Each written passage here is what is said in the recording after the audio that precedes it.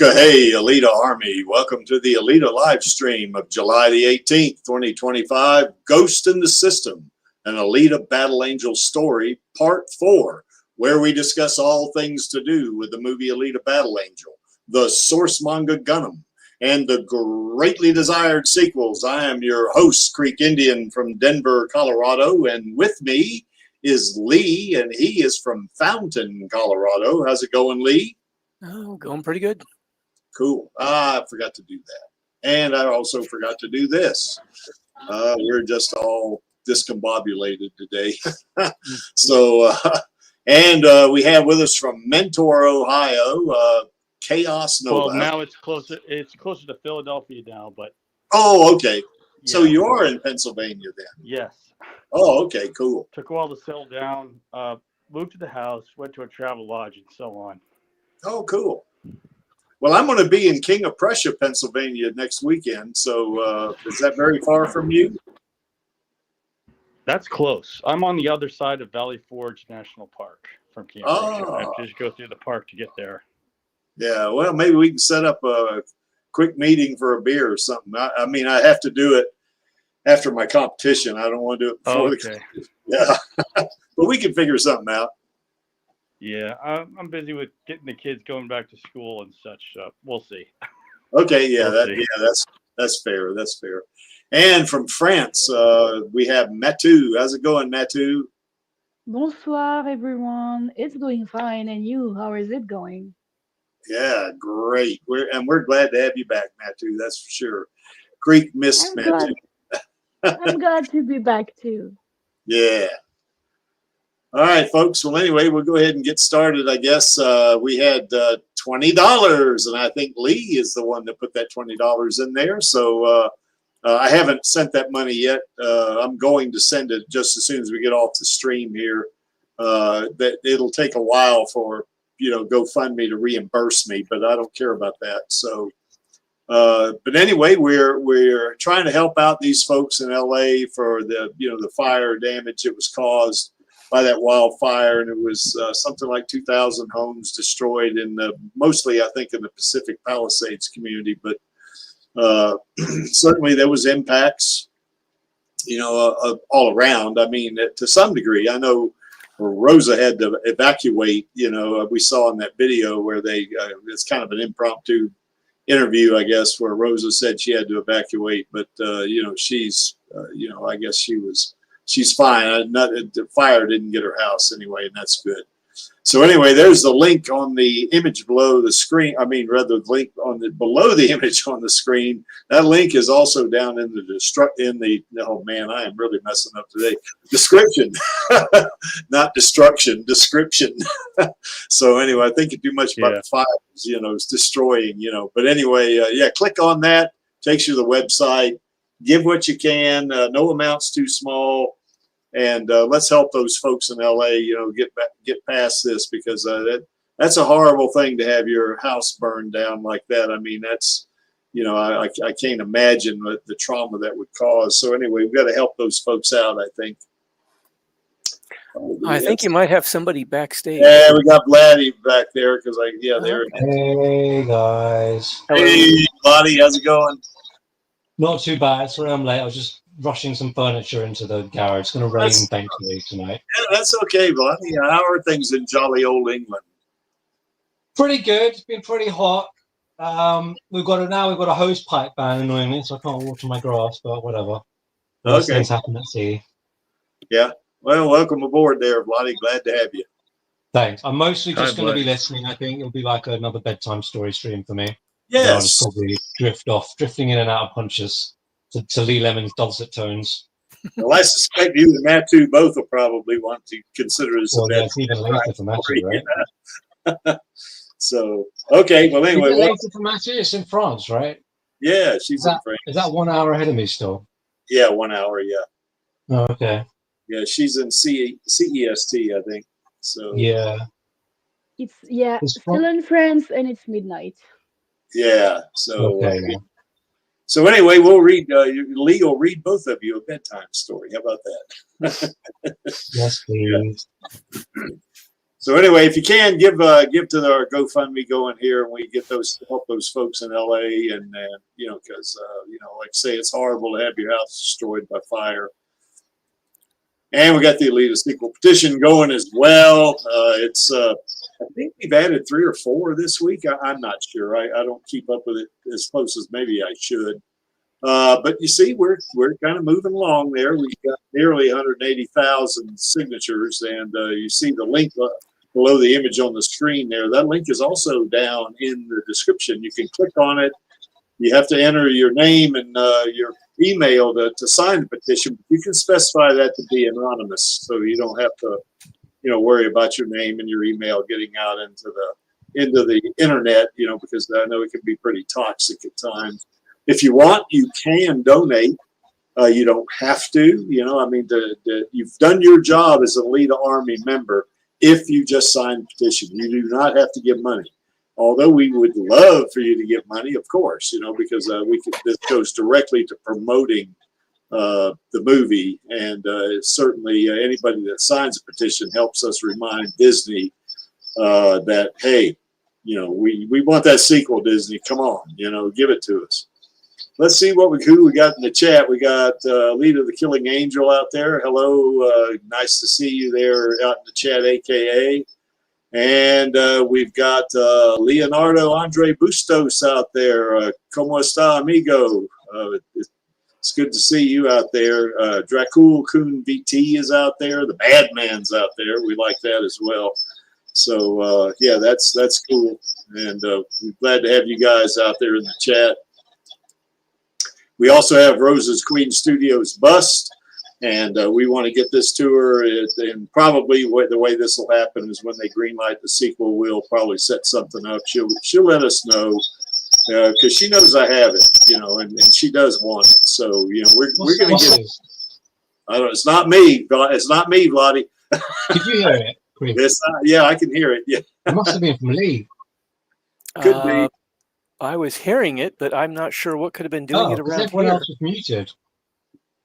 Huh. Yeah. Matthew's muted, and so I was assuming it was Chaos, but I looked and he was muted. I'm here. What's up? No, I don't think it was you because you were muted. Whatever, let's just carry on. Hopefully Anyway, yeah, we just, as they would say, Vladi, keep calm and carry on.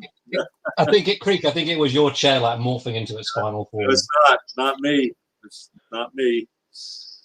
So anyway, you know, notwithstanding, you know, we want Rosa to have this as an expression of our appreciation, admiration, and affection for our queen, because she's great, and we want her to have this, and she wants it. So we'll get it to her when she's ready. And we got the Alita Gaming Network going on, and of course, if you do live streams yourself, you can upload the link to your live stream in there. I know Chaos from time to time does live streams.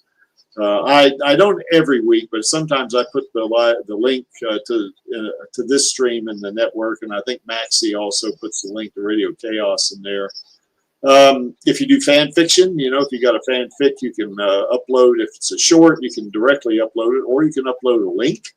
Doesn't matter which one, you know, you can do, and people could read it. If you're a little nervous about your fanfic, you don't want it to get out to the larger internet, then you can just upload it to the gaming network. And, you know, we do read those things, you know, and we kind of enjoy that, you know.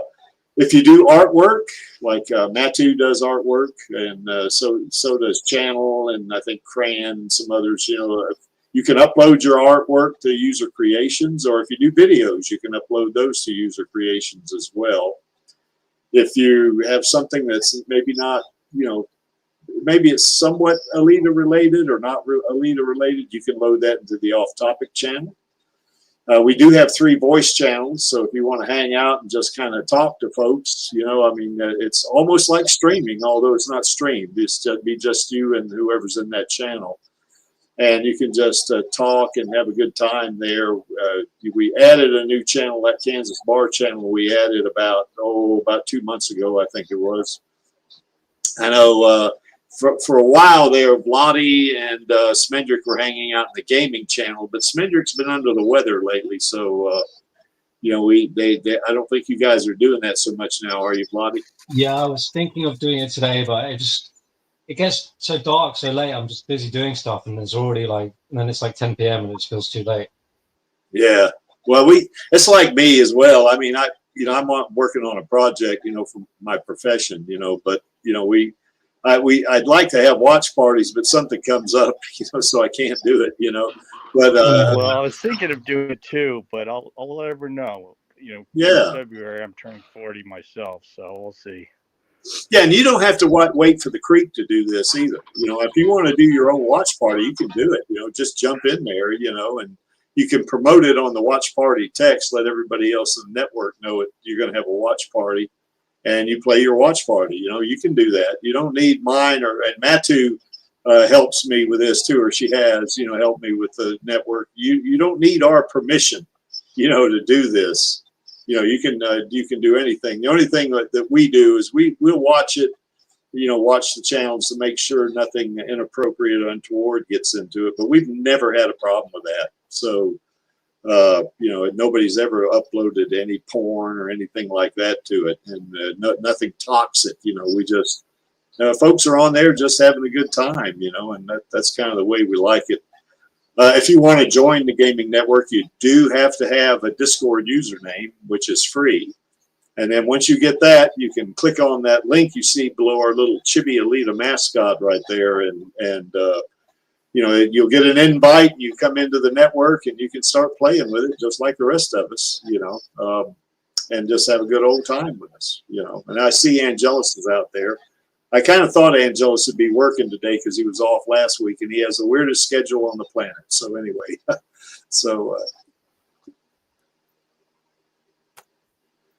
all right, moving on. Now, one of the things I want to do, before we get into Lee's. Real quick, I think you got somebody backstage. Oh, I got somebody else backstage. See, I got it. There's Angelus. Yeah. Yeah, good day, mate. Yeah, I was out in chat. Someone wouldn't let me in. Yeah, sorry about that. I got a lot of instances. Well, I got a lot of instances in. I got 2 videos queued up, and they're taking up space, so I couldn't see you. So anyway, welcome aboard, Angelus. I hope things there in Vegas are doing well. So. Mud cake. Yes. So anyway, you Angelus came in just in time to see the uwu, didn't you, Angelus? Yeah. So anyway, last Wednesday was Rose's birthday, and she's hopefully she had a great birthday and that kind of thing. And I did a video. We're going to play the video. We'll play another video of Rose's birthday. I also sent her an email wishing her happy birthday and that kind of thing, like I'm so sure 1,000 other people did. So anyway, our queen, man, she's it was her birthday, and we really love for her to have a really great birthday, and kind of keep doing her thing as an actor, because she is great at doing what she does.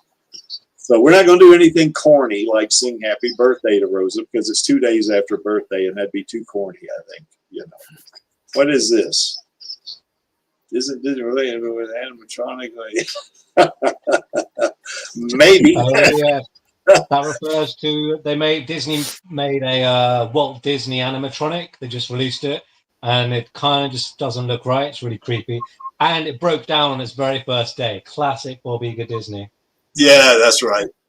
Like stealing the soul of like Walt Disney, and it's this broken animatronic that's just depressing. It doesn't even look or sound right. Oh, is that the one where he said that? Walt would be pleased with how we're progressing with the part. That was a separate interview, and that's obviously a load of crap as well. I don't know. He's obviously like not delusional. I think he's just lying. I think he's just got a big ego. There's no way Walt Disney would want to tear down. What's that lovely place in Walt Disney World, Orlando, whatever, where it's like there's a little lake and they have that really old ship that like. Oh yeah. They Bob Iger's. He's destroyed that, and in place of it, he's putting a Cars thing where you drive around with the Cars IP, and it's just pathetic. Yeah, it makes my head want to explode. There's no way Walt Disney would do that. Yeah, Disney. I don't think Walt Disney would be happy with this, any of this. No, Bob Iger's like some kind of like demonic villain of some kind. Yeah, he'd be good in a superhero movie, wouldn't he, as a villain? Yeah, I think so. Yes. Well, anyway, Who's that guy who makes Alita AI videos all the time? Matrix Dagger, right? yeah, I need Matrix. to get him to include like a cyborg Bob Eager as like the villain in one of his videos. Yeah. That's a good idea, actually, Bloody. So It is a good idea. I'm going to message him. cool. Well, anyway, let's get back to wishing our queen a happy, belated happy birthday, because she is great, man. I mean, I know when I saw her on stage, she was freaking phenomenal, man. I'm telling you, she's great. So anyway, I got a couple of videos I'm going to play, and one of them is the video that I posted on Wednesday saying happy birthday to her. And then another one is a video that the Alita Army loves Rosa Salazar. So here we So that's what it sounds like. Yeah. When you said that you were at Pasadena, that's what rubbing it in sounds like. Hey, squeaky, you mean? Okay, well let's play the video here, and then we'll chat about it on the other side. Then I got another video. Yeah. Ooh woo.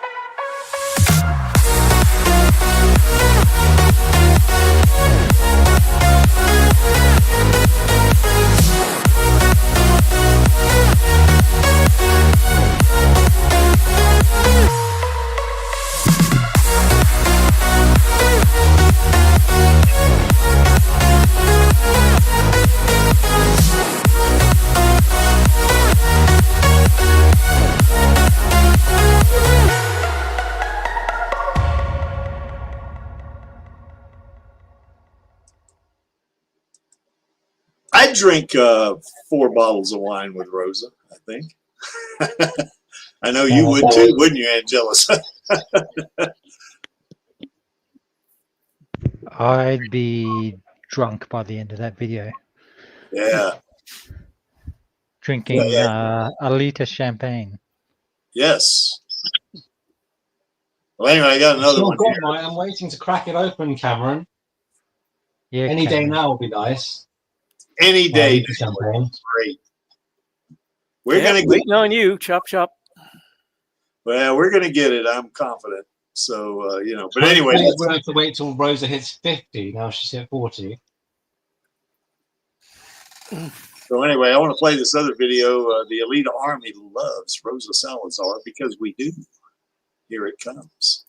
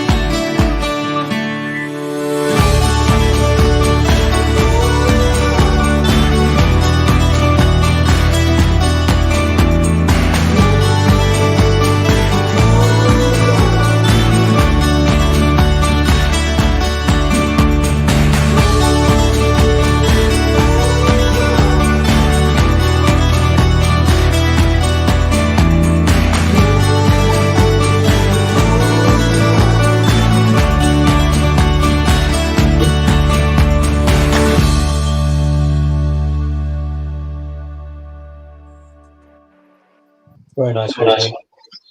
Thanks. Yeah, well, it's for our queen, man. I'm telling you, we love our queen. She's great, you know. So anyway, that's kind of our brief belated happy birthday to our queen Rosa, because she is super. Any comments, guys? Uwu. Happy Yes. birthday, Rosa. There's plenty of uwu. There's no doubt about it. All righty. Well, I guess we may as well, get to Lee's thing, so his story, so Matu and Blotty can get their night bedtime story. Yes, she is. Rosa is a very beautiful lady, that's for sure. AKA, you hit that on the nose. All right, Lee, it's all yours. All right. Well, my mouth is already drying out. It's hot, as it is, so I'm going to grab me a cold drink real quick. Okay.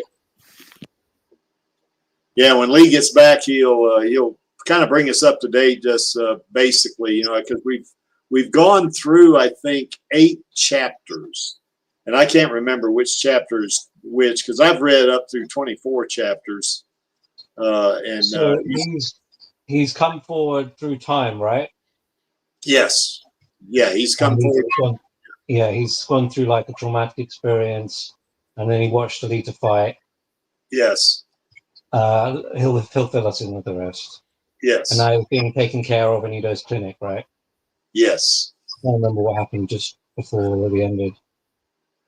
Well, he'll bring us up to date. He'll give us a little bit of a synopsis of how far we've gone so far. So I like the time travel dynamic. It's very unique. Yeah, that's pretty cool. Kind of fanfic. And he's made it believable. He's made it believable Yeah, as feels well. quite grounded, yeah. Okay. Let's see. Got your whistle wetted there, Lee? Yeah.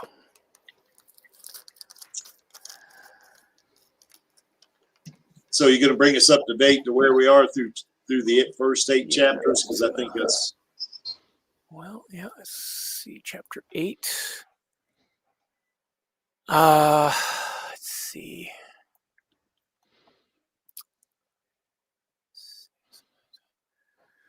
Yeah, in chapter 8, they were talking about, if I remember correctly, they were talking about going out to see where Jason arrived at, since he mentioned that there was a very large alteration in the terrain out there that might prove his story, and that Ido figured he might be able to get some kind of clue from that would reveal the source of the trouble they're having getting Jason's body to accept cyberware.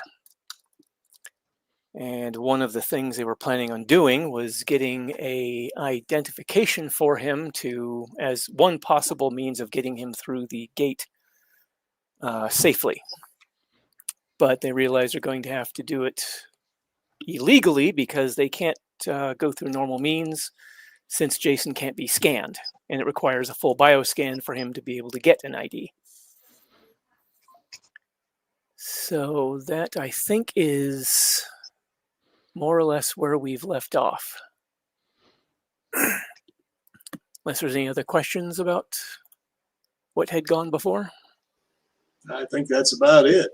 So we're going to go, he's going to take Ido, Alita, and Koyomi out to the site where he into their world, right? Yes. The plan is that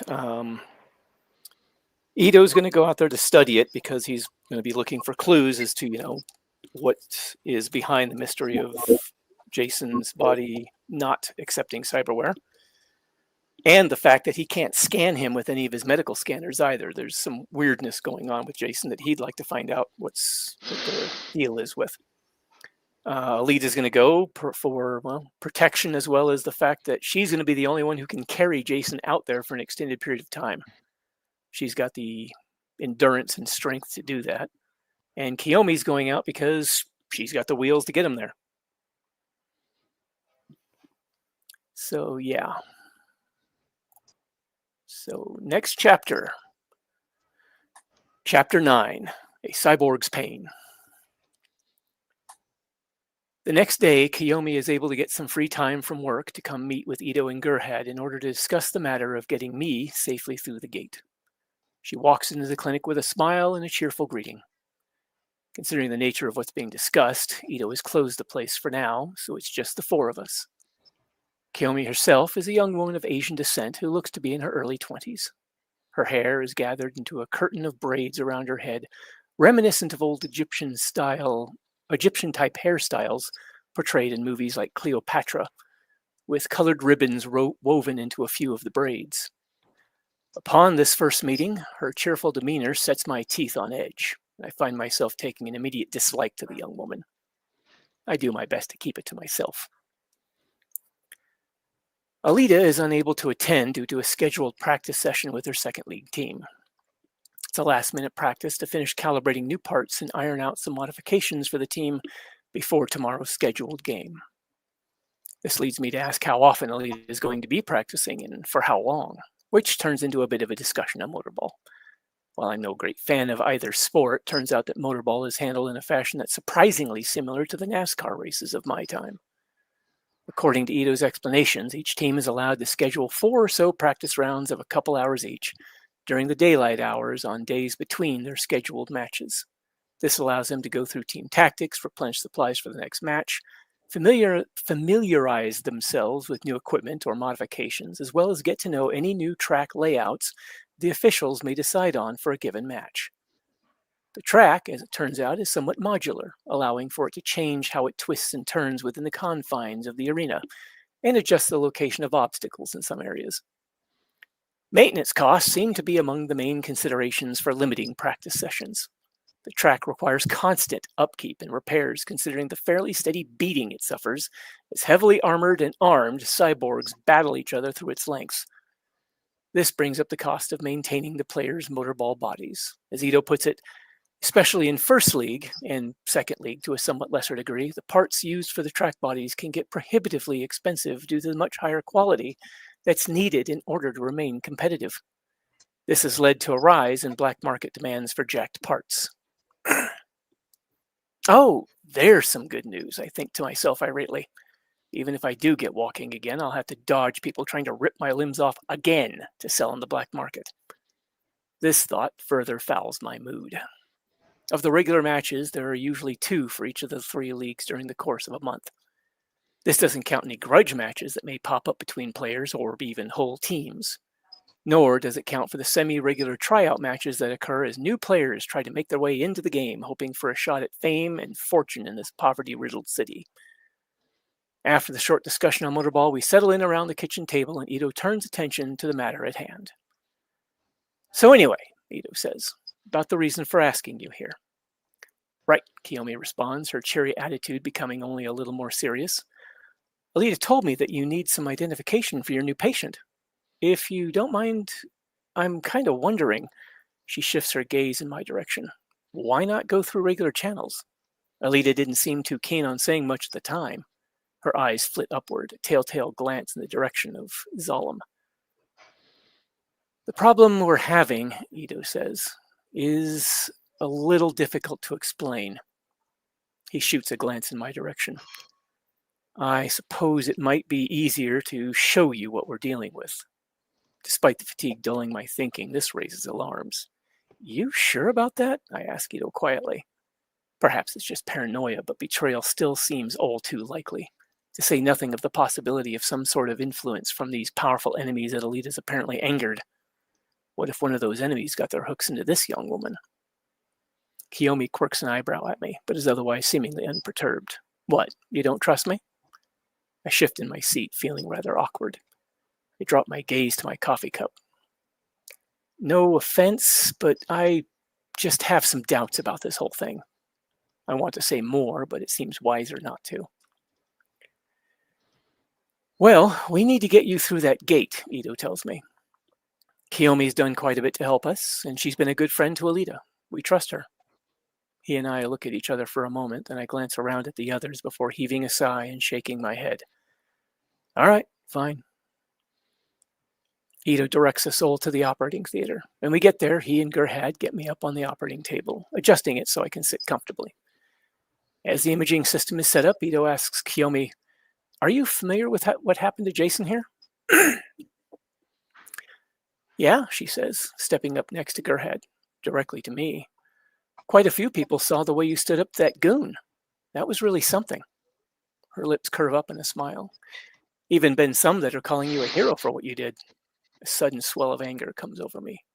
"Yeah, real fucking heroic," I say heatedly through gritted teeth.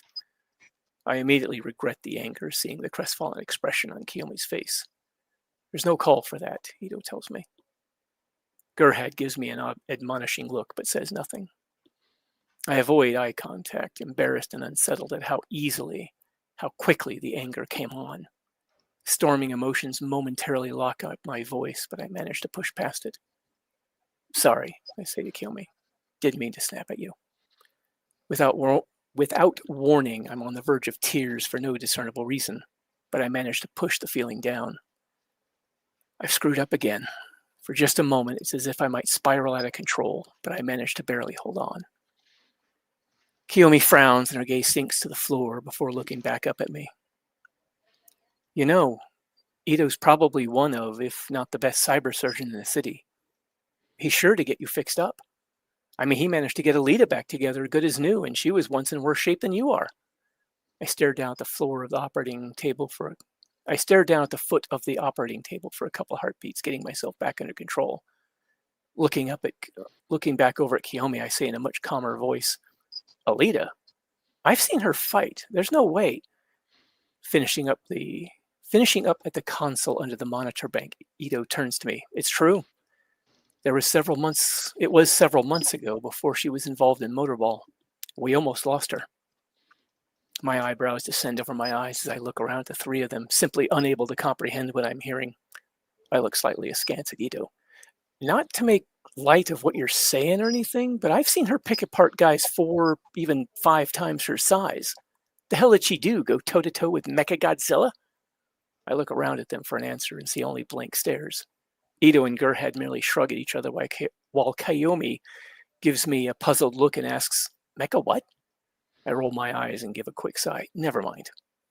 Angered and frustration come on again, and I strive to remain calm. Muscles tensing up, jaw clenched, I try to stretch a little in hopes it'll help calm me down. Why the hell am I getting so mad over this? It almost feels like I want to both explode and break down. It's unsettling and a little frightening. After a couple seconds silence, Ito looks over at Gerhard. "Could I have a moment alone with my patient?" "Certainly, doctor," she says before shepherding Kiyomi out of the OR. Once they're gone, Ito takes a seat on a wheeled stool. He gives me a considering look before quietly asking, "Are you going to be all right?" Silently to myself, I ask, why can't I be like normal people? Aloud, I say, I'm fine. Sorry, Nothing more comes out except a frustrated sigh. What's the point in even saying anything? I want so desperately for there to be a point in saying something.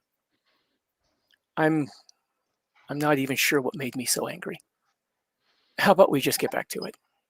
I sigh and push my glasses up as I put my hand over my eyes, gently rubbing at them as I'm overcome with weariness.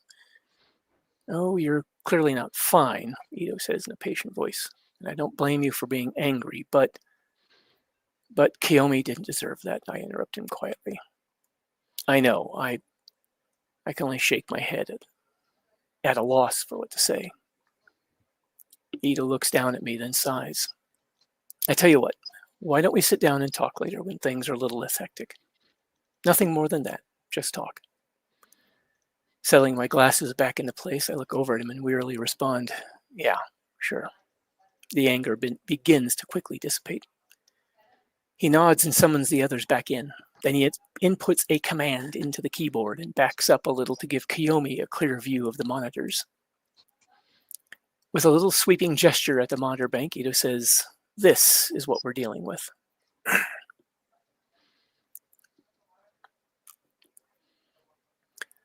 Kiyomi peers at the one monitor set up for this test for several seconds before turning her attention to Gerhard and Ito. Okay, your diagnostic is just showing those weird blurry blobs there." She points to 3 spots on the screen, spread out along the edge of what should be an image of me. What exactly am I supposed to be looking at? Ito seems to do a double take, looking more closely at the image. I've never seen a fully zoomed out scan on a single monitor, so it takes me a moment to recognize what I'm looking at. The external portion of my implants are blurry and indistinct, though still visible on the imaging scan. I'm almost certain that in earlier tests they were far more clearly defined, even if my own body wasn't really visible at all. Gerhard's the first to comment, asking in a mystified voice, "Is it my imagination, or are those less distinct than before?" Ito quickly brings up a side-by-side comparison with an earlier image that must be part of my medical file. The earlier image shows my implants in clearer detail. He shakes his head. Up until today, there's been some minor changes, but this is new. Doc? Kiyomi asks in a curious voice. What's going on? I was just about to ask that same question, though with a touch more alarm. Ito stops and takes a deep breath, then lets it out and says to her, Jason here is exhibiting an unusual phenomenon that seems to be making it impossible for my imaging systems to get a clear read on him. Even the optical implant and artificial bones I put in his residual limbs won't show up. Only the external implants will appear on the screen. Diagnostic equipment hooked up to the implants. Ito stands stock still for a moment as if something's just occurred to him, then shoots a look at Gerhard. Without a word, Gerhard retrieves a handheld diagnostic system and gives it to Ito, who then quickly hooks it up to my arm implant. Is all he says as he fiddles with the controls. Looking up from the device, there's a measurable degradation in signal strength, but it's not as much as I expected based on those images. Gerhard gestures to the monitor. The scans look to be about 40% diminished. These diagnostic readings aren't quite that badly reduced. Ito nods slowly, brow furrowed. It seems to be mostly affecting the imaging scans. This is incredibly puzzling. Eyebrows raised, eyes a little wide, Kiyomi looks at me and hesitantly asks, So, are you invisible to the doc's scanners or something? Still a little bewildered by this new development, I merely shrug at her. I try to ignore the faint feeling of panic creeping up in the back of my mind. Ito nods. It would appear to be something like that, yes. Looking at me and Ito, eyes still wide with excitement. That is so freaky cool. This is why we aren't going through legal channels, Gerhard cautions. If the factory were to find out about Jason, well, we'd rather avoid that. Kiyomi's cheerful demeanor disappears as she remarks. If the factory found out about this, then Nova might. A stricken look briefly crosses her face. I look around at the others, alarms going off in my head. Okay, that's the second time I've heard that name since I've been here, and both times it was not said in a friendly manner. Who the hell's this Nova? Everyone looks at each other for a moment, then Ito says to me, Nova is the de facto leader of Zalem. He has eyes all over the city and controls almost every aspect of it. He's probably the most powerful person in the known world. He's also the reason for a number of deaths recently, Kiyomi adds. Pain and anger faintly noticeable in her voice. The man's a monster. I get the distinct impression she might have known some of those people who died. And this guy is after Alita. I glance around at the group, feeling decidedly out of place. Ito seems momentarily uncertain. As of this moment, we're not completely sure what he's after. He seems to have backed off for now. Maybe he's somehow testing her or waiting to see if she can actually get to him. He's incredibly arrogant. So, there's a madman up there in that floating city playing God with people's lives? And Alita managed to piss this guy off. My mind drags itself out of the mire, putting pieces of information together. I ask Ito, so was that Vector fellow one of Nova's puppets? Yes, Ito says, looking particularly serious. But that's not something we need to worry about for now. He then directs his attention to Kiyomi and gets back to the original subject, leaving me to consider this news. Is there any way you might be able to get Jason an ID with this in mind? Kiyomi looks at me thoughtfully for a moment, then back over at Ito. Well, I know someone who can get it done, but without an accurate bioscan, She shrugs helplessly. I just don't know how useful it'd be. She looks over at me. I mean, how were you even able to get to the gate in the first place? As I fumble for an answer, Ito steps in. For the most part, the gate guards are usually swamped with people going into and out of the city who aren't on factory business, so they don't normally bother with everyone in a vehicle that is on official business. Jason has been through the gate only a few times, so it's possible that his not showing up on scans when he's very obviously there could have been written off as a sensor anomaly. It's entirely possible that one more trip through, however, sitting out in the open like he had been, and he'd have probably either been killed on the spot or a shrug of his hands. Who knows? The young woman gives me an appraising look. So basically, you got real lucky. Looks like it, is all I can say to that. Kiyomi returns her attention to Ito. Just so I'm clear, Alita asked if I'd be willing to drive you guys out to someplace in the Badlands once all this is taken care of? Yes, Ito replies. We think there might be something out there that could provide a solution to getting Jason's cyberware working. At this point, it's the only lead we seem to have. With a somewhat mystified expression, Kiyomi stares at the monitor. Wow, this is a real mystery, huh? And you've really got no idea what's causing this? Ito puts his hands on his hips as he looks from me to the monitor. No, I've never seen this before, and I have no idea why this is occurring, nor what it is. Now, this new development, he shrugs, making a vague gesture at the monitor. It defies any explanation I could come up with. All I can do right now is hope we can find something to provide a solution. Kiyomi sucks in her lower lip as she continues staring at the monitor, then lets it go. You know, if we could get a hold of a vehicle that's on official factory business, we could probably smuggle Jason in and out of the gate no problem. And if he's not showing up on scans, that opens up some options. She looks over at me thoughtfully. Just be sure to let us know if you think the risks are even looking too high, Ito cautions her. We don't need to be pushing our luck here. Kiyomi gets a mischievous look in her eyes. I think I can work something out. I know some people who've managed to practically work miracles for the right price. I'm guessing you'd like to do this as soon as possible? Yes, the sooner the better, he replies with a nod. Try to keep in mind, however, we aren't on an unlimited budget. She returns the nod cheerfully. Okay then, I'll see what I can come up with. Got a lot of work to do in the meantime, so maybe we could meet up again after Alita's game tomorrow and hammer out some details? Ito nods. That sounds fine. Well, I better get back to work. I'll see you all later.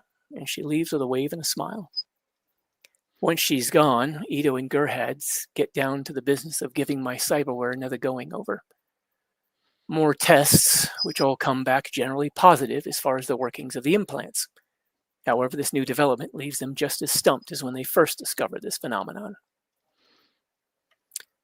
It's almost as if the implants have somehow faded, Ito posits. Ito and Gerhard run numerous comparisons with previous readings. For whatever reason, today showed a significant change. After I expressed concern over what this change in my implants could mean health-wise, Ito puts me through an exam, which turns up nothing out of the ordinary. No melting flesh or liquefying organs, no cerebral spinal fluids leaking out of my ears or nose. Despite the numerous nightmare scenarios from old sci-fi movies running through my mind, and aside from some age-related problems, I'm physically fine. Once all of that is taken care of, Ito reopens the clinic, letting me know, we've got a pretty full waiting room, so I'll be busy for a bit. You gonna be all right for now? I shrug tiredly at him and nod. I am then left to entertain myself for a couple hours, and seeing as Ito wants me within line of sight, I keep to the living room area. At first, I try reading, but I'm unable to focus on the words. I end up just staring at the page, seeing nothing. The excitement surrounding the strange phenomena afflicting me and had served to keep me engaged in what's going on, but now that I'm left alone, it all fades away. Fatigue and lethargy drag at me with growing force. Gerhard and Ito both come by to check on me a couple times between dealing with patients. I manage to smile and answer their inquiries with a shrug and a, I'm fine. There's no need for them to concern themselves. I'm not going anywhere and I'm not doing anything. Concerns over what's happening to me fade away as it all becomes distant. Like an old machine left abandoned, out in some field to rust, I sit there, staying out of everyone's way. The voice of my depression is not silent, however. What possible good are you to anyone? You can't shower or even go to the bathroom on your own. You can't even feed yourself without someone there to assist you. A vaguely sick feeling comes over me as the emptiness grows. Maybe I'll end up fading away completely. It's getting harder and harder to see a reason to keep going. It all feels like a farce, a waste of time. It becomes too much to even keep my eyes open, and I end up dozing off. I snap awake, momentarily disoriented. A glance around shows that it's early afternoon or thereabouts, so I haven't been out long. Standing next to me, a subdued smile on his face, is Dr. Ito. He's carrying a small bottle that's half full of a straw-colored liquid in one hand and a couple of glasses in the other. Looks like things will be slow for a while, he says to me, gesturing with the glasses. Let's go have that talk. Silently, I nod and follow him into the kitchen, pausing only to toss the book onto the couch. He takes a seat at the table, and I pull up to the empty spot that's been kept clear for me. Placing the two glasses in front of him, he looks over at me, asking, "You don't have any problems with alcohol, do you?" Eyeing the bottles, I shake my head. Nope. I adjust my gaze to focus on him. I hope you don't mind my asking, but should you be drinking right now? He unstops the bottle and pours out about a shot's worth in each glass. Normally I wouldn't, but such a small amount isn't going to bother me. I haven't touched this stuff in years. However, I figured this might be a good time to break it out, considering. Closes up the bottle and sets it on the kitchen counter behind him, then places a glass in front of me. I look down at the glass without touching it. Considering what? Considering what's been happening lately. He responds quietly, features set in a serious look. At my quizzical expression, he goes on, with you in particular. I've seen that look on your face before. Lost, angry, and pain. I used to see it fairly often in the mirror. He raises his glass. Go ahead, drink. Then he takes a sip. Bringing the glass up to my lips, I sniff it. It smells familiar. As soon as I take a sip, I have to resist the urge to down it in one go. As it is, I empty about half of what little there is, the taste reminiscent of Jack Daniel's honey whiskey. As the warmth of the drink starts to suffuse my body, I can feel myself begin to relax. It's an incredibly good feeling, and I glance towards the bottle on the counter before forcing myself to look away. From previous experience, I already know how fleeting and ultimately damaging that source of comfort can be. Ito retrieves something from a clip at his waist and places it on the table closer to me. It's a small rectangle of clear plastic or glass, a little larger than a poker card, with an engraved metal band on one of the narrow ends that acts as a stand to hold it upright on the table. Within the clear material is a holographic image of a blonde-haired girl in a wheelchair similar to the one I'm in. I flick my gaze from the image up to Ito. Your daughter? He nods. Having seen pictures of your family, I thought I might share one of mine. That was my daughter, Alita. Looking down at the little image, he takes a sip of his glass. I follow suit out of sense of politeness. So, I say delicately, a 300-year-old cyborg that you rescued from the scrap heap, you named after your daughter? He nods. When she couldn't remember her own name, I gave her Alita's. A smile tugs at the corners of his mouth. She seems to like it well enough. She's kept it. A heavy sigh escapes him as he stares down sadly at the hologram. I also gave her the body I was building for my daughter. So that was her first body prior to the Berserker. Wonder what happened to it. I nod silently and wait for him to continue. Seeming to shake himself out of whatever memories he was momentarily lost in, Ito takes another sip and leans back, refocusing on me. Everything I built here was to provide mine and my wife Shirin's daughter with a better future. Then one of my own patients developed a bad drug problem that I ignored, broke in one night and killed that child. In less time than it took to pour this drink, every reason I'd had for all of this, he gestures with his glass at the clinic around us, was taken from me.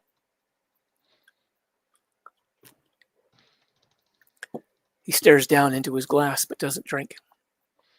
I was nearly consumed by the pain, anger, and grief. I became a hunter-warrior in order to take down her murderer. I had to, not just because he'd killed my little girl, but because he'd been a patient of mine. I felt responsible for what he turned into. After he was gone, there was always another monster out there that I felt somehow responsible for. I spent years like that, running this clinic by day to help out those in need, and by night hunting down dangerous killers. After losing my daughter, after Shirin left me, all I really had was this clinic and what purpose I could find in it. Beyond the wave of sympathetic pain for the man and his loss is a feeling of disorientation at learning that he's also a hunter-warrior. Is everyone here a bounty hunter? I'm struck by the momentary vision of a black-garbed trio of Gerhard, Ida, and Alito, stalking the streets, hunting down some evildoer. The family that slays together stays together. He pauses as if to collect himself. If it hadn't been for Gerhard's help, I might have lost myself completely to despair and grief years ago. You seem like a good man, Jason. I'd rather not see you go through all of that. His voice becomes quiet but earnest. I know this isn't easy. We all do. But don't give up hope just yet. I sit there for a few heartbeats, staring down at the glass of whiskey. His words bring on a certain annoyance. Almost angrily, I think to myself, don't give up hope? Really? I already knew not to give up hope. I wouldn't still be breathing if I'd given up. What is it with people thinking that someone suffering from depression just needs a good talking to and everything will be fine? What'll happen when it just keeps getting worse, as it so often has in the past? The anger swiftly turns white hot enough to make me blank out for a second. When it's physical injury, everyone's all well wishes and concern, willing to give you what you need to heal up and get back on your feet. When it's a mental problem, though, for just a second, a memory of my father flashes before me and the anger almost becomes rage. Then it's you're just being overly dramatic, and no son of mine is going to have that kind of weakness, and you just need to get over it. To which, over the years, my response has become a very adamant, very cold, maybe you just need to go fuck yourself. People just can't be counted on for some things. Ever. It's a lesson I never forgot. My vision locks onto the picture of Ito's late daughter standing upright in the table between us. Should I really be writing him off like this? I mean, he's sitting here making a real effort, which is more than a lot of people have done. It dawns on me that part of where all this anger is coming from is what I'm expecting to happen. Well then, I think to myself, he wants to talk, let's talk. I downed the contents of my little glass in one gulp and set it down next to the picture of Ito's daughter. Don't give up hope, huh? I say in a low voice, looking at him. I sincerely appreciate everything you've done for me. I really do. You saved my life, you took me in and gave me a place to stay. But that's all been under the assumption that I'll get fixed up and then I'll be able to take care of myself. I can feel the anger start to twist my expression into a glare. What happens when you find out I can't be fixed? What then? He looks back at me evenly. Well, I'm not willing to accept that. Sighing heavily, I rub at my eyes. How long before that changes, I wonder? I look back up at him, my expression stone-faced. Been a number of times I've been suicidal in my life. Even came pretty damn close to doing it on more than one occasion, before I was finally able to get things under control. I paused to gather myself before going on. Growing up, my father was the strongest man I'd ever known. Never backed down from anything. Raised me and my brother to always be willing to do the right thing, to always stand up for people who couldn't stand up for themselves. Taught us how to be self-sufficient. I glance off to the side. Well, when he wasn't stinking drunk, at least. Dad had always been a completely different person when he was drunk. Not unlike a lot of people, I suppose. I refocus on Ito. One day, some years ago, while Mom was off shopping, he got a call from the VA. He was an Army veteran himself. It was his doctor letting him know that he'd been diagnosed with cancer. It must have been shortly after that he got out one of his little .22 caliber pistols, sat in his favorite chair, and put a round through his skull. I pause again, looking down at the table as my index finger traces out a deep scratch in the surface. I never knew it growing up, but he was terrified of cancer. I'm the one that was always struggling with suicide, but he's the one that goes and does it. Ito nods, but remains silent. For a moment he looks skeptical, but the look quickly passes, likely still in doubt about my past, not that I blame him. There are times I find myself starting to doubt my past these days. Taking a deep breath, I lean back in the wheelchair and look him in the eyes. I guess if there's a point to my rambling, it's that I'm well aware of the whole don't give up hope thing. Spent most of my life not giving up, even when I didn't see a reason to keep going on. Suppose I'm just stubborn like that. There's a moment of silence. Then Ito grabs the bottle from behind him and pours another shot's worth into my glass. After putting the bottle back, he slides my glass closer to me. With a mental shrug, I pick it up and take a sip. Ito follows suit. When he sets his glass down, he gestures expansively with his hands. I wish I had something more to help than this little talk, but I don't even have the proper medications for you. And even if I did, I would be very hesitant to prescribe them, considering how little I know about treating psychological illnesses. Chances are I'd probably make things worse. I nod, gaze downcast. I'm relieved to hear him say as much, since it likely means he's more understanding of what I'm dealing with than I'd given him credit for. I can promise you that I'll do whatever is within my power to get back on your feet, as long as you're willing to abide by the rules of living under my roof. All right? Good Lord. I think that means he's saying I can stay here for however long. Feeling a little choked up, I swallow it down and nod. I think I can do that. God, I hope I can do that. Please don't let me do something to screw this up. He returns the nod. All right, then. After that, we sit in silence for a short time, sipping our drinks. Ito gives me a scrutinizing look. You mentioned previous suicidal episodes. Would you mind my asking how long ago was your last one? By this point, the alcohol has banished a surprising amount of my anxiety, leaving me feeling more relaxed, even a bit talkative. I squint slightly as I think it over. About 20 years ago or so? He nods. So it's been a while then. There's a sense of relief from him. I nod absently. You know, I'm surprised you're so willing to openly talk about it. Most people would rather change the subject, never mind admitting to such a thing. Setting my glass down after another sip, I look up at him. Well, I've become accustomed to speaking to medical professionals about it. And at this point in my life, I give a mild shrug. I've accepted that it's always going to be with me, and there ain't nothing I can do about that. The only thing I can do is just deal with it as best I can. If other people got a problem with me having to deal with chronic depression and occasional suicidal episodes, then I give another small shrug, letting my voice harden. Fuck them. I'm the one that's got to live with it, not them. He frowns slightly and nods before asking, have you had it your whole life? Early teens is when it started showing up. Didn't really know what it was till my early 20s, around about the time I finally got to see a psychiatrist about it. Ito glances down into his nearly empty glass and looks like he's about to say something when he suddenly looks up, focusing on something behind me. I turn to see what's up, figuring that Skur had come to speak with him about something.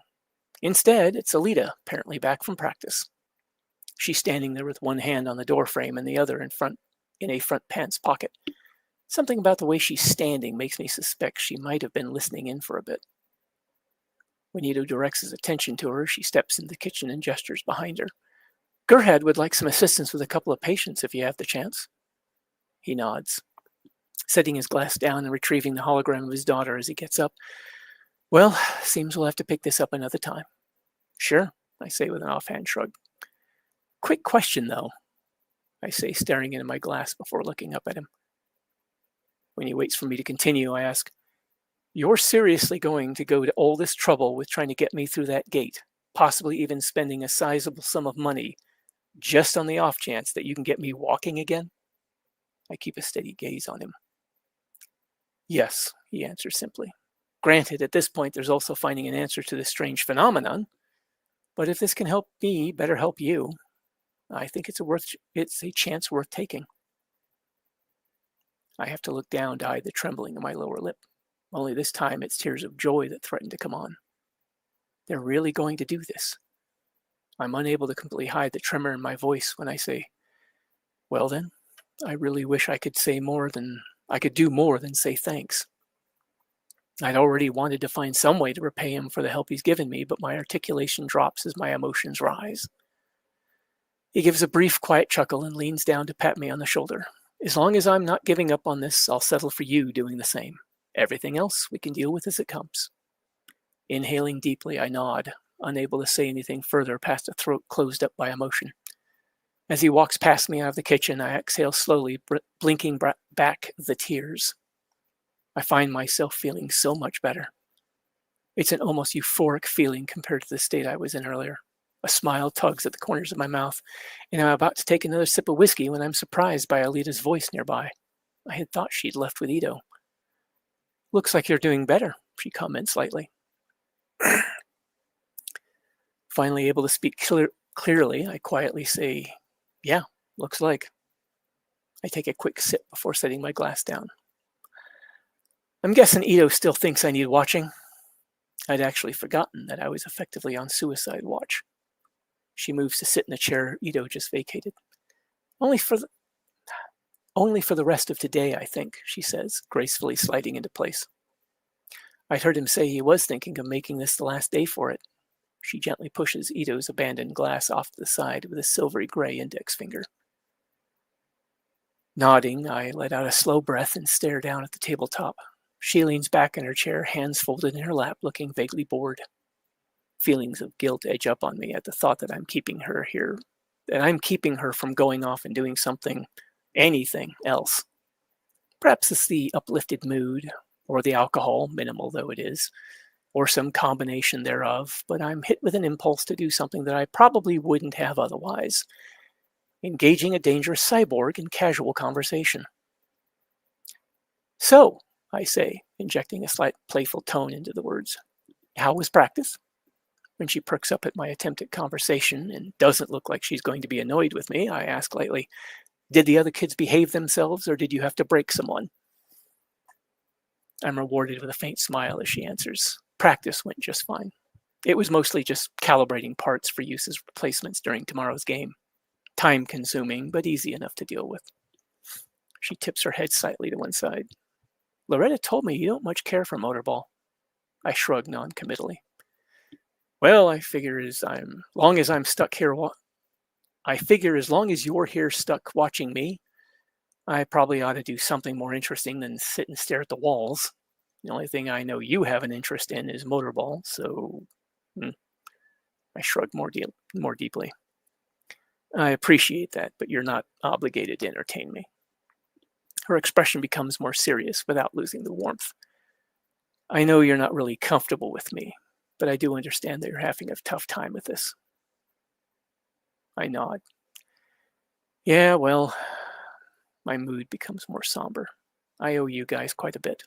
Being better company than I have been the past couple of weeks is probably the least I could do. Her expression further softens. It's appreciated, but unnecessary. A smile spreads across her lips. So are you really interested in hearing me talk about motorball? Taking a second or two to think about it, I tell her, well, since I am sitting here with an up-and-coming motorball champion, I suppose I should learn something about the game. Feigning a thoughtful look, I gaze off out the window.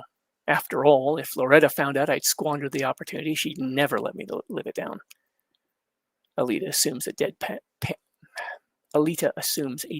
expression as she nods knowingly. And you certainly wouldn't want that. Raising my eyebrows in a look of supreme concern, I lean back. Oh no, definitely not. Very bad. The faint smile returns as she folds her hands on the table and leans on her elbows. Okay then, what's your first question? Dropping the humor, I mentioned to her. Overheard some days back that Ito is your tuner.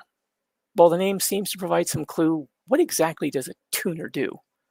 Her eyebrows go up, her expression changing to one of slight surprise. Likely it's such a basic question.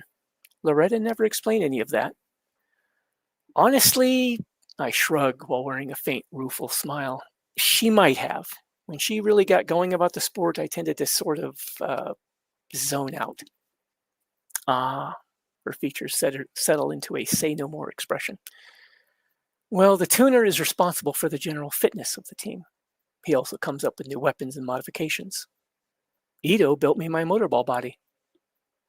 While Ito performing such a feat doesn't surprise me in the least, I try to look politely impressed. Really? Like entirely from scratch? She nods. Yep, from the ground up. He wanted to make sure everything down to the basic support structure was just right. A look of fondness comes over her. He even managed to reverse engineer the plasma emitters in this berserker body. She gestures to indicate herself in the body she's currently occupying. And added the copies to the motorball body. I have to be careful using those during the game, though. The motorball body is not really able to handle the stress of using them for long. I nod politely while internally marveling at just how much like a normal person she is. Then the content of her words hits me. I blink. Hold up a sec. You have a plasma weapon? She nods, and I think back to a scene from one of her games that Loretta had insisted on showing me. I thought that was from the sword. That's incredible. I ponder that for a heartbeat or two while she sits there, a trace of amusement on her face. I look at her slightly askance. You can't shoot lasers out of your eyes, can you? Her look of amusement intensifies. No lasers, and certainly not from my eyes. As for the sword, it's also Martian tech, and it can conduct the plasma my bodies generate. It's called a Damascus blade. Huh, is my considered response to that. I'm too busy taking in all this advanced energy weapons stuff to be more articulate. It amazes me that even now I'm still discovering such incredible things about this world. Might have discovered more if I hadn't been hiding on that farm. Or I might have died horribly when the factory found out I'm some kind of freak. I briefly consider the significance of her sword being named after the ancient Syrian capital that produced some of the finest steel weapons on Earth. Why wouldn't the Martians name it after something on Mars? Looking down at her hands, she remarks in a more subdued voice. This body is even composed of really advanced nanotech, the most advanced on the planet. It can self-repair, it's stronger, faster. I'm about to voice my amazement at the self-repairing nanotech part when I see the expression on her face. A distant sort of pain is visible, and I realize we're somehow touching on something that maybe doesn't need to be touched on. So I watch her expression harden slightly, mixed with anger, and her hands begin curling into fists. There's a twinge of fear that I should do something to head this off. Lacking any other ideas, I hesitantly tell her, I'm sorry. She looks up at me, the pain and anger falling away. What? Why would you be sorry? I shrug, leaning my head a bit to one side. Well, I just realized you're sitting here stuck babysitting me, and all I seem to be doing is bothering you with a bunch of stuff when you could be off doing damn near anything else. I swallow dryly, praying I'm not about to make the situation worse. Maybe I should just sit here and keep my mouth shut and leave you alone. Her brows come down and together, and she straightens up in her chair. Tone of regret in her voice, she says, No, that's all right. She wipes her hands over her face and up through her hair, briefly pulling it tight against her scalp before laying them back on the table. It's suddenly clear to me that she's carrying a lot of emotional weight. Somehow, this is surprising, and I realize I should be more considerate of that. I knew she'd lost someone she cared about. Did I let my mental image of her blind me to what that sort of loss does to a person? I guess seeing her the way I did, it never occurred to me that she'd even feel that kind of pain. Well, I begin slowly. Maybe we could talk about something else then. I keep my expression devoid of expectation, trying to make it clear without saying anything that it's whatever she wants, a new subject or just silence. She considers it for a few moments. Why don't you tell me a little more about your time in the military? Knowing their skepticism about my past, I'm surprised she'd ask about that, but I decide, what the hell? All right, if you want, I say with a dismissive shrug. After some consideration, I decide to start with my first posting at a Royal Air Force base in England that was being leased to the United States Air Force.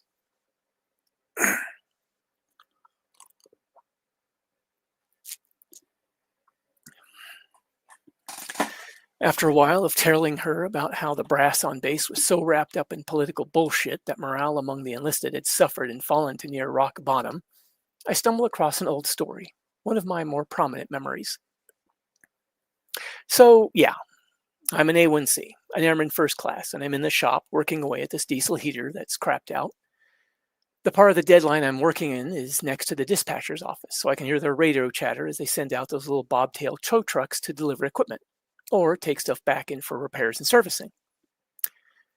Anyway, I'm sitting there diagnosing this damned heater unit, and suddenly I stop and look over towards the open door of the dispatch.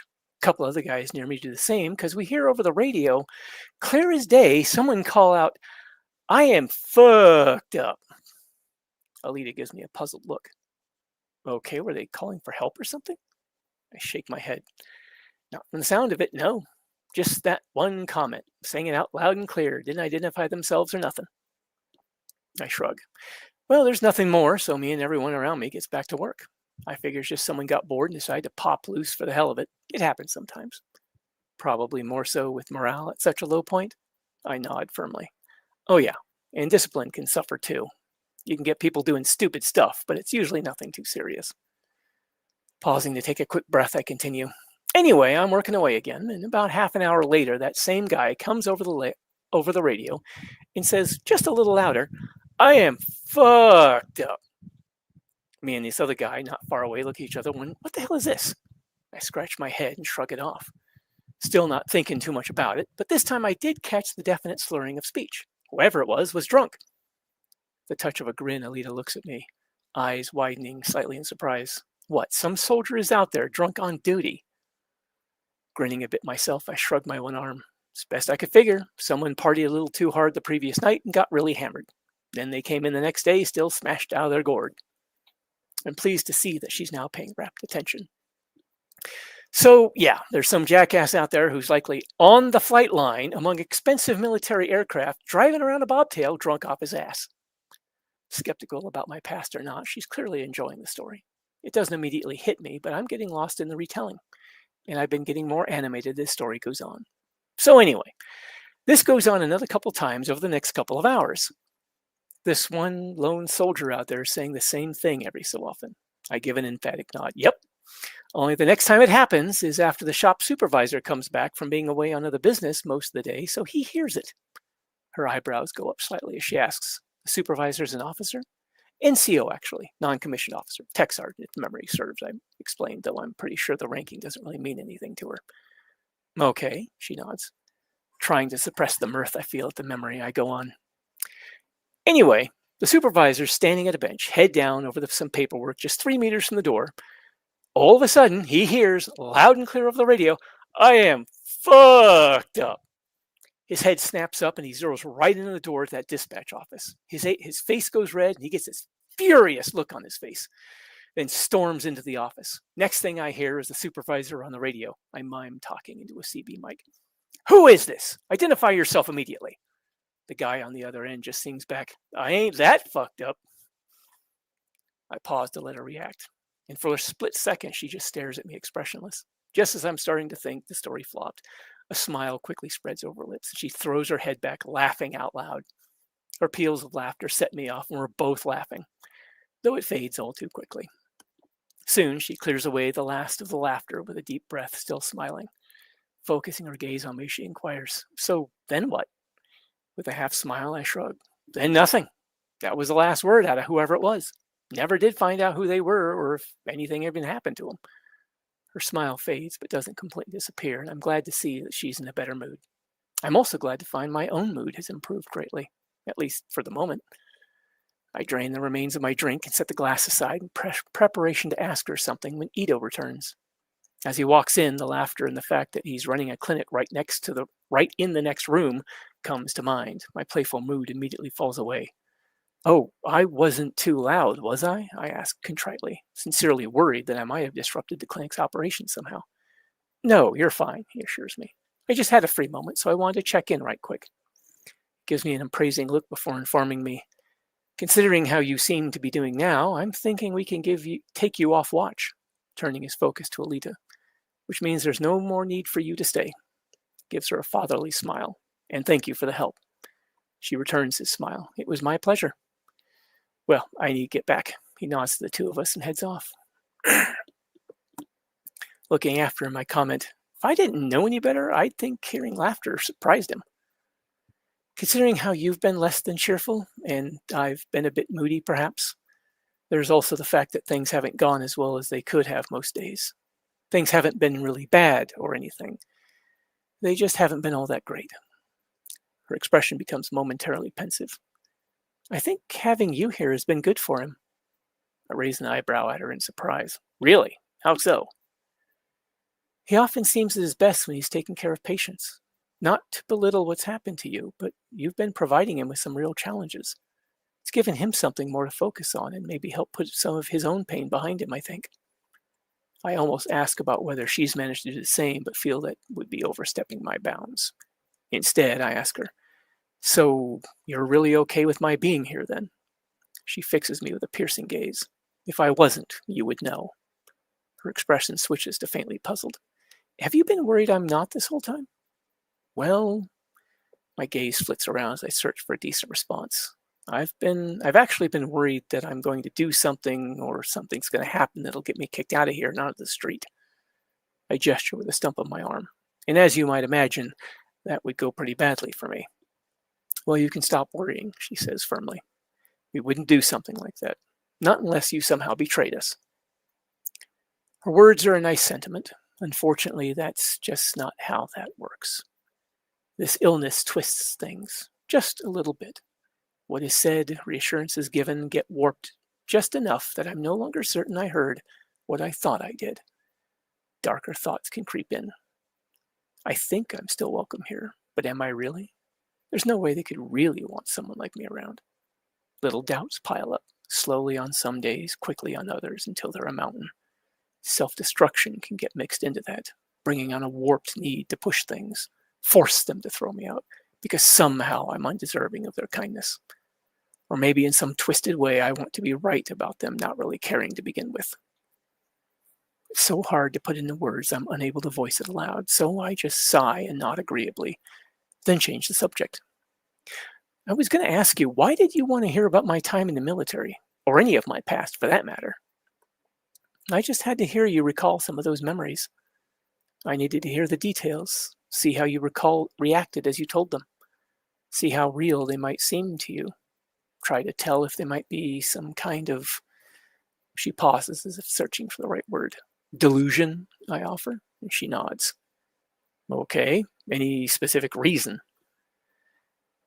I just don't find that story about you coming here in some anomaly all that plausible, she says delicately. I nod and shrug. Yeah, I know. That's why I wasn't so forthcoming with it. Gently prompting her. So, seemingly almost hesitant, she says, so I've been thinking maybe there's another explanation. Ah, this should be interesting, I say with a slight teasing smile. She smirks back at me, then launches into this explanation. We know there are stasis devices out there, right? Right. And the United Republics of Mars had some pretty wild technology. Well, before the fall, anyway. From what I've seen, I nod towards her, and you're wearing, yes. Raising an eyebrow at me, she smirks again, but goes on. So what if you were being kept in some kind of stasis chamber to be woken up at some future date? Maybe as some sort of covert agent. Maybe that's why you won't show up on scans. You were treated with some kind of experimental stealth technology. I feel my eyebrows climb as I let my dubiousness show. She leans forward, resting both elbows on the table, gesturing slightly with one hand. Think about it. Towards the end of the war, both sides had to be getting more and more desperate for some kind of advantage. Wouldn't it make sense that they'd have started throwing all kinds of things onto the battlefield, hoping for any kind of advantage they could get? I gaze at her placidly. And what about my memories? They seem pretty real to me. A slight dismissive shrug of one shoulder. Could have been part of some program to put you undercover. Maybe you were supposed to be implanted with a specific set of memories, but things got scrambled somehow after so long in storage. Or maybe something got damaged. She gives me an expectant look, waiting for me to react. I give it a few seconds as I mull it over. Okay, so you think I'm some kind of pre-fall Martian like you? Only I was a secret agent? She makes a shrugging gesture with one arm. Well, we know Mars had stasis tech. I suppose if Earth had something similar, then maybe you could be an Earth agent. Staring down at the table, I toy with the notion of just dismissing her theory outright. Then I seriously consider it. the way she puts it, it does seem more plausible than my randomly getting caught up in a time-hopping anomaly, I think. Still, it just doesn't feel right. Taking my gaze off the table, I look over at her. Well, I admit it does sound more likely. I don't know, though. I shrug at her, not wanting to voice further doubts. With a loud sigh, she sits back in the chair and crosses one leg over the other. At any rate, whether true or not, I suppose we're just going to have to wait until we get out there to see what's really going on. Something in her tone almost makes it sound like a challenge, sort of like, so we can find out who's right sort of thing. I settle back in my wheelchair. That I can certainly agree with. Over the course of the rest of the day, I do give her theory more thought. After all, as World War II wore on, the Axis and the Allies started coming up with all kinds of crazy schemes to try and get an advantage over the other side. Plus, there's a certain allure to the idea that I might also be a Martian of some kind. I mean, how cool would that be? Too bad I'm just not that interesting. End of chapter.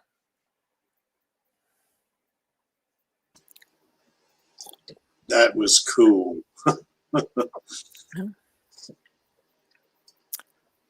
Yeah.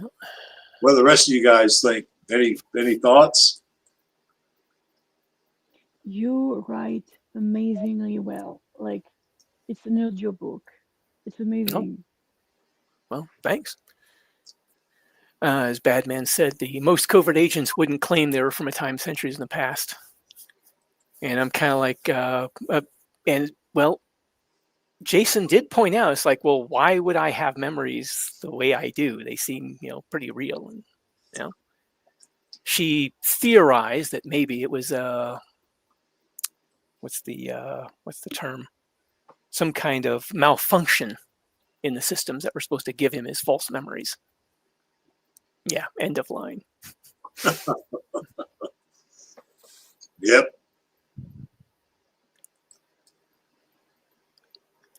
I was hoping Maxie would be able to make it. Yeah, Maxie, I put a link in the chat. Did you not want to come on? He might be tired. Could be. All right. Well, I'm glad people enjoyed that one. Yep.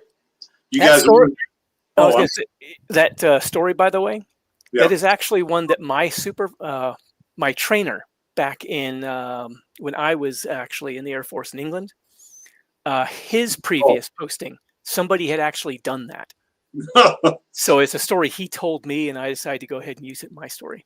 So they just left the mic open and said, "I'm fucked."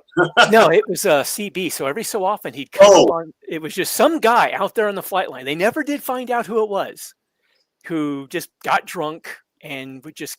I think like 4 or 5 times he came over the radio and it's like, I am fucked up. And it was just randomly like that. And then at some point, just like in the story, it's like one of the supervisors caught wind of it or was there when it happened. And he got on the mic and demanded to know who it was. And the guy was like, I ain't that fucked up. Oh my gosh, we got some Aussies out there talking German. So that's Mm-hmm.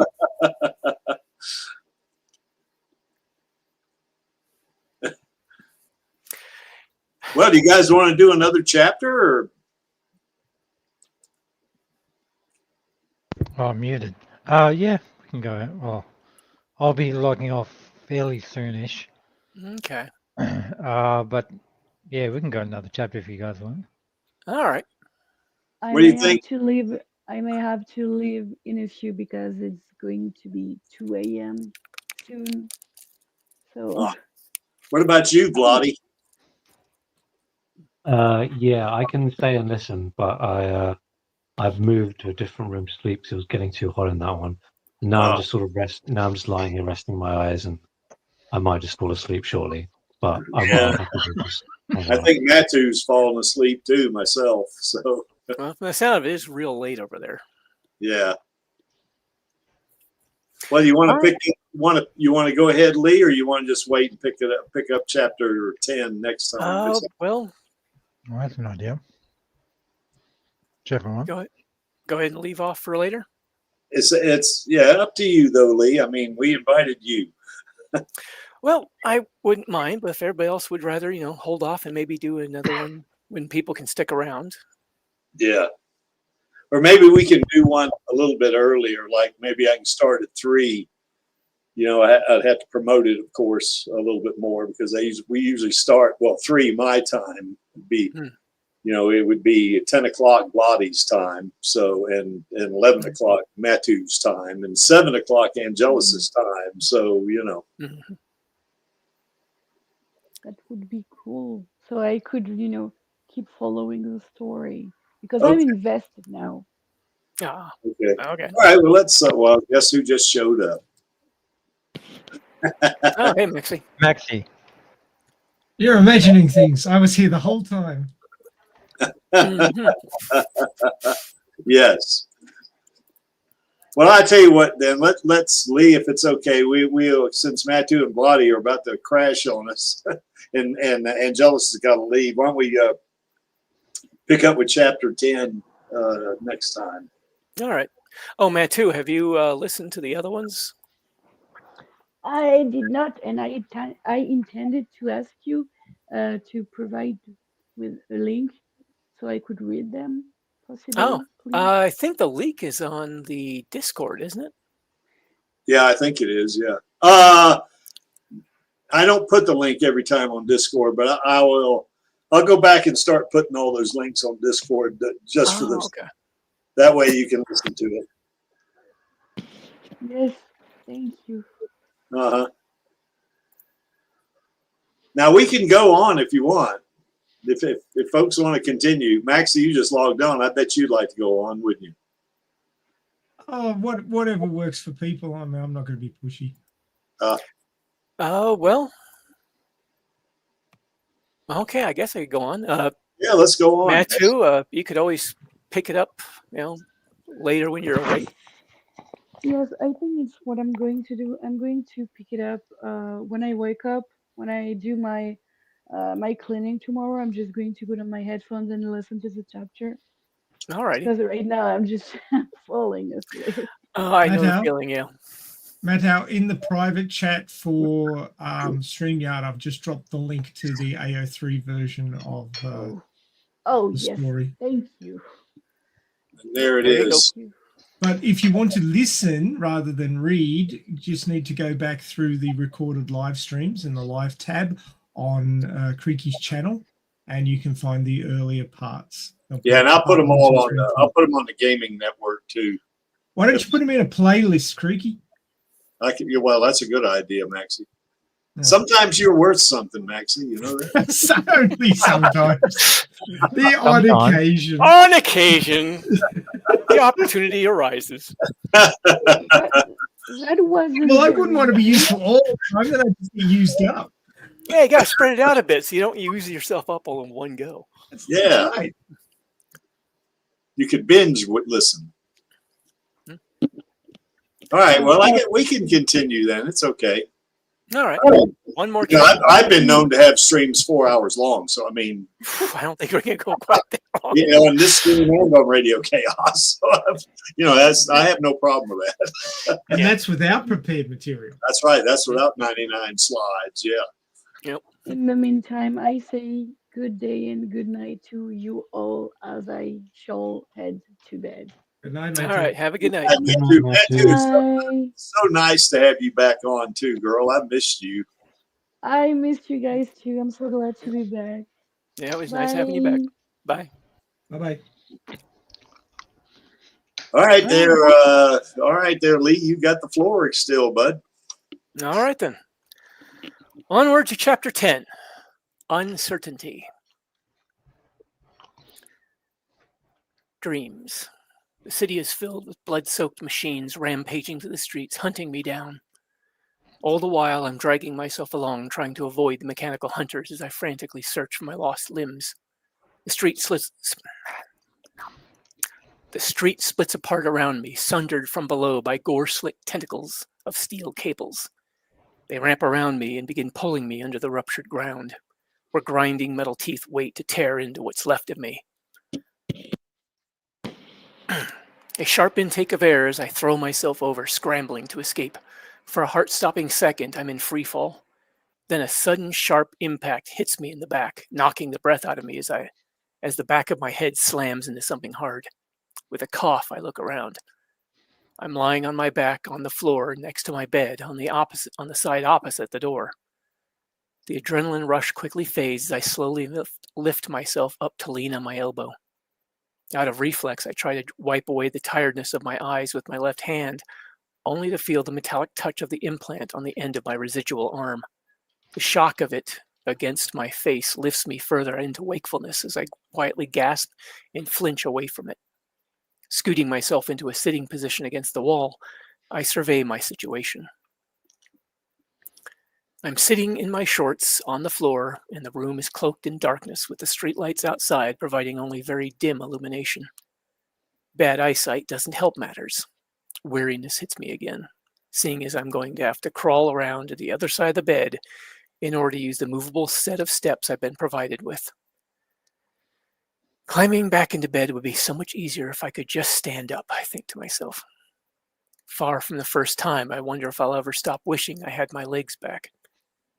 It's a warm night, and there's a temptation to fall asleep right where I'm at. That temptation is banished by a sudden nightmare image of swarms of rats materializing out of the shadows to eat me alive. With a heavy, tired sigh, I get over onto my side and begin the seemingly arduous journey of crawling over to the other side of the bed in the dark. This task is made a little easier as I've become more accustomed to using my residual arm to help pull me along, the protective cap Ito put over the end of all my limb implants, keeping any of the delicate fittings from getting dirty or damaged. Just as I get to the foot of the bed, there's a knock at the door and Alita's voice asking, "Jason, are you all right?" Excuse me.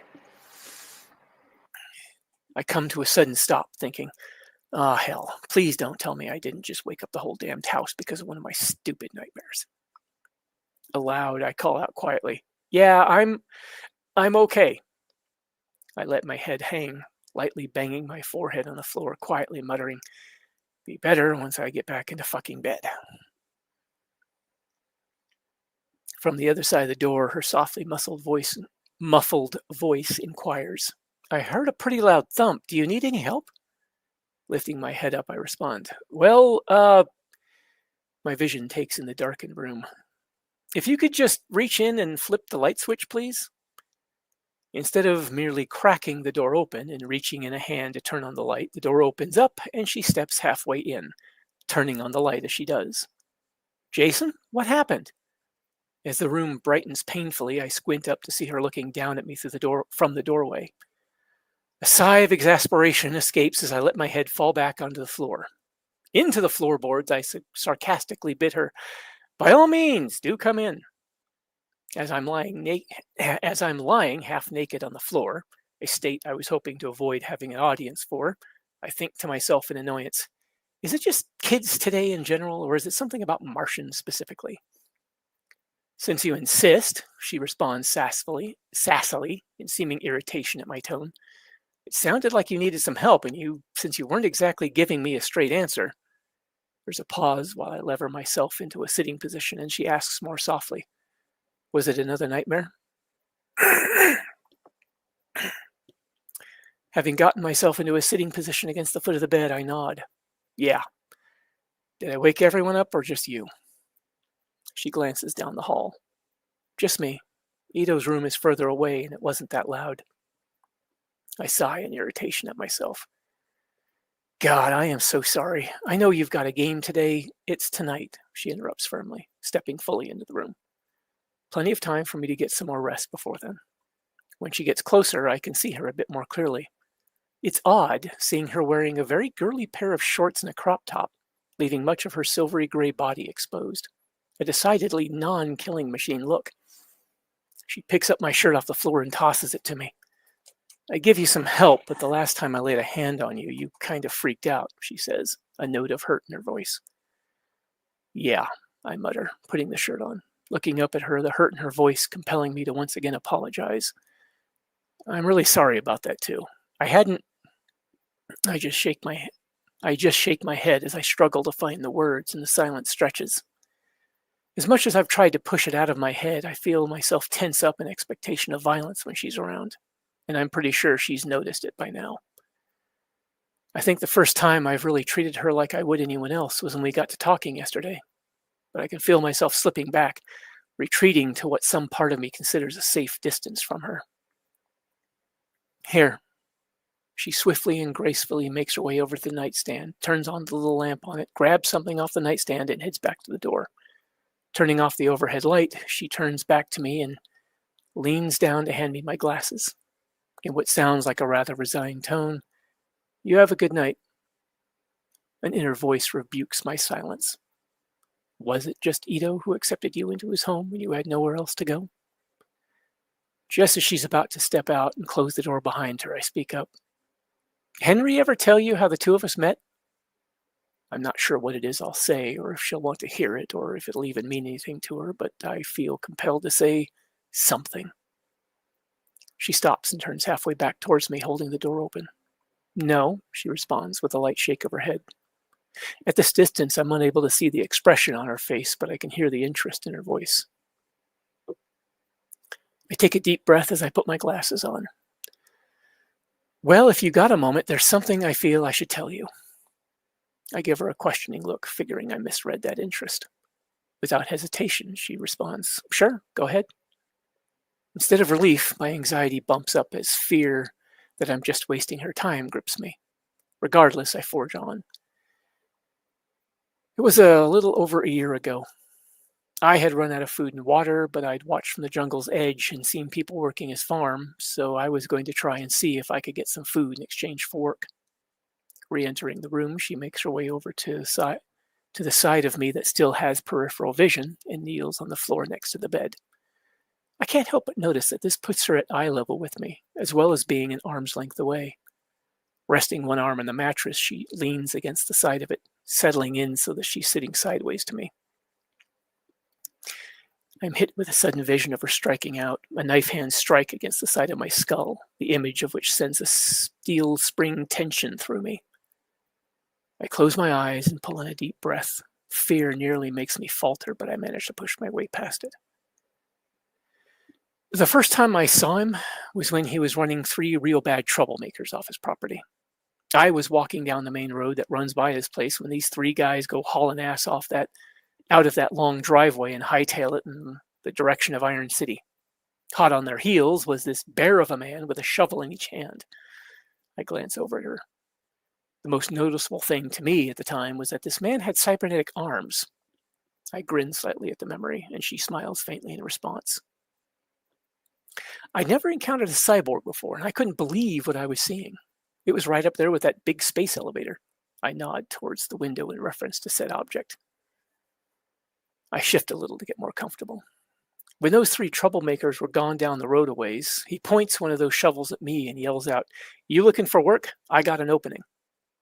I have to take another deep breath and slowly let it out to try and combat the growing anxiety. It scared the hell out of me, thinking I was about to be next. When I realized he was offering me a job, I followed him up the driveway, was hired on the spot, no questions asked. A pause to collect my thoughts. When I first met Henry, I was a little afraid of him, but not because he was a cyborg. Because he just kicked the shit out of 3 guys, and he was still visibly angry, and I wasn't sure what I just walked into. Looking down at the floor I'm sitting on, I have to swallow the lump in my throat. When Henry and the girls showed up here to drop off my stuff, I shook his hand just like I had any number of times before. I glance over at her and shrug helplessly. Just like that, I was suddenly afraid of him, and the rational part of me knew there was no reason for it. Feeling my eyes getting misty, I wipe at them with a short sleeve of the t-shirt. The man's never done anything to me that I needed to be afraid of him for. I stare down at the floor, feeling numbed by the admission, mouth pressed into a thin line. I've known the Sheffields for over a year. Now it's like I can't be around Henry without feeling uneasy about what he might do. Softly, almost a little sadly, she says, and not knowing me that well, It's easier to feel uneasy around a stranger, seems like the logical conclusion to her statement. I nod, not wanting to make mention of the fact that before meeting her, I saw her as not much more than just another brutal monster to begin with. A note of self-loathing slips into my voice. Guess maybe I'm just that broken now. She watches me silently for a moment. Then, in a matter-of-fact voice, she says, or maybe you shouldn't be so hard on yourself. You've been wounded badly. I think you just need to give yourself a little more time to heal. Her tone becomes gentler. Sometimes what doesn't kill you can make you stronger. Maybe when you heal from this, you'll be stronger for it. Straightening up, she places her hands on top of her thighs, now sitting Seiza style like a martial artist.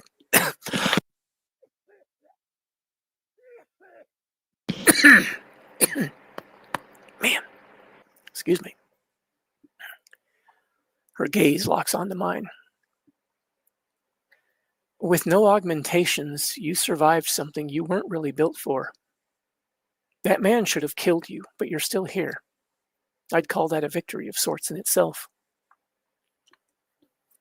Hearing her say that sends the tension draining from me. I slump back against the bed, feeling far more at ease now. As the anxiety flees, I let out a long sigh. What? She asks. I look up at her, meeting her eyes with a faint smile. I'm just relieved.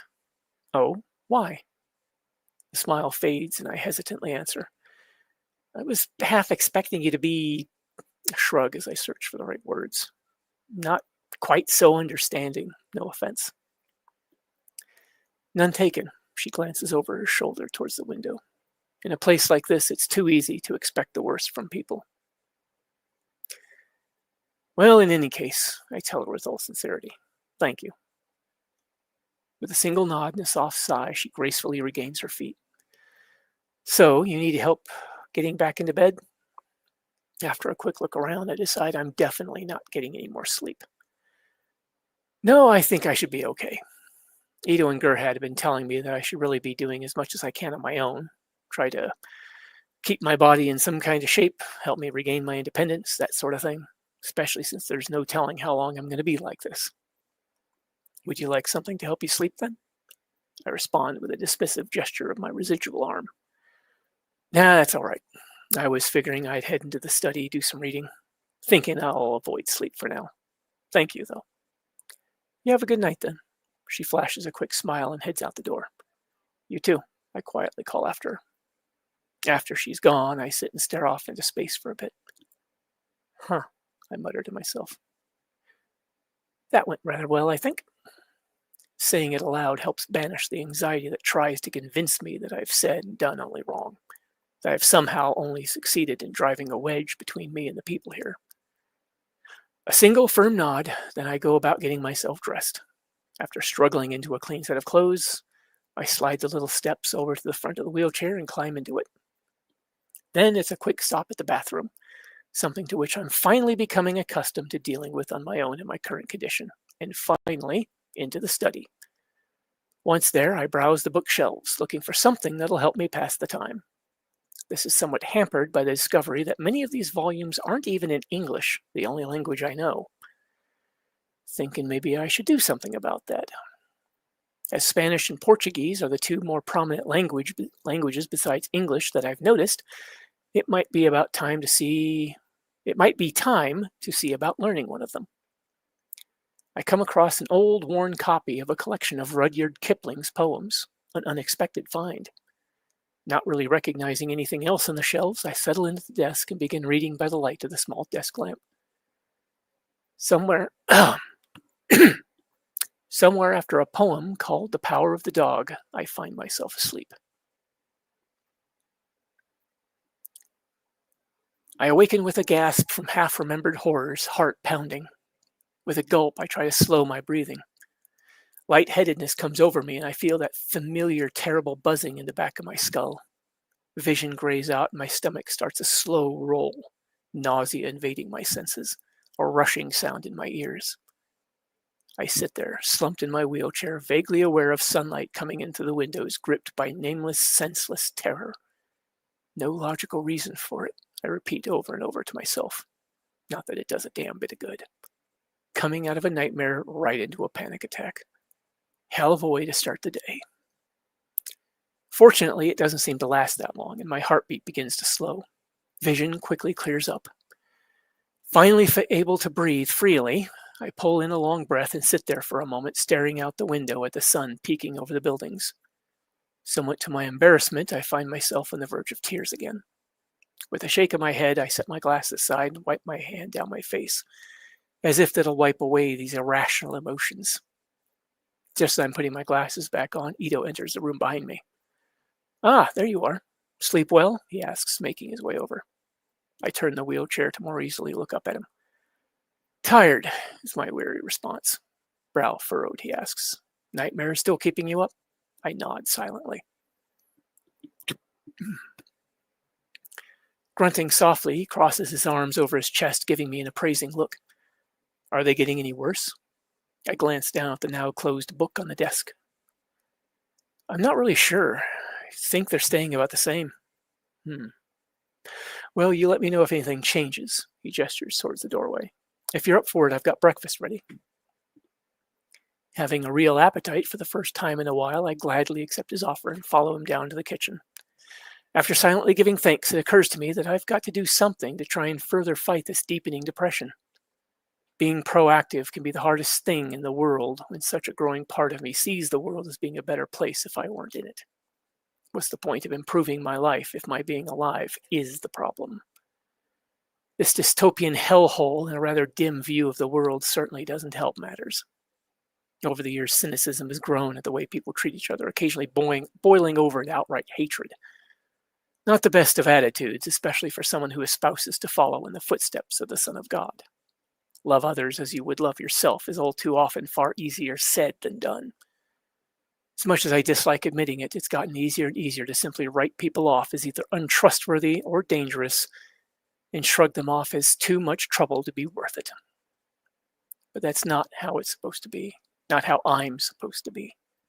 I made a vow to be a living example that would try to make the world, or at least my corner of it, a better place. Instead, I've turned my back on the world in many ways.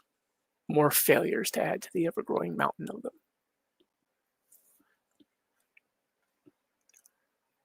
I slowly stop eating and glare at my breakfast, my appetite diminishing as I sink further into depression and self-recriminations when Ito throws me a lifeline. "Jason?" Pulled from my ruminations, I smooth out my features from this near habitual scowl as I look up at him. "Yes?" Belatedly, I realize he's been trying to get my attention. "I was just saying that I think we should see about giving you some things to help out with around here." He raises an eyebrow at me, his expression becoming slightly worried. "I think it would be good for you to have something to keep you occupied. It certainly couldn't hurt to have someone on hand to help handle some of the little day-to-day matters." I'm momentarily distracted from answering when I hear Gerhead call out to let Ito know she's arrived. Then I turn my attention back to him. With some amount of sarcasm, I ask him a little irately, "In need of a talking doorstop?" Frowning slightly, he patiently answers, "No, I was thinking we could find some tasks for you to work at that would be within your capabilities." When I don't immediately respond, he adds, "It's apparently that you need something to do besides sitting around. You need some kind of purpose." I scowl down at my breakfast, distantly wondering why I'm suddenly so irritated with him. After all, I know he's right. Gerhead enters the kitchen with a cheerful good morning. Ito returns her greeting. I manage a good morning as well, despite my mood driving me to withdrawal. To Ito, she asks, "Do I have time for a quick cup of coffee?" He gestures the small coffee pot on the stove.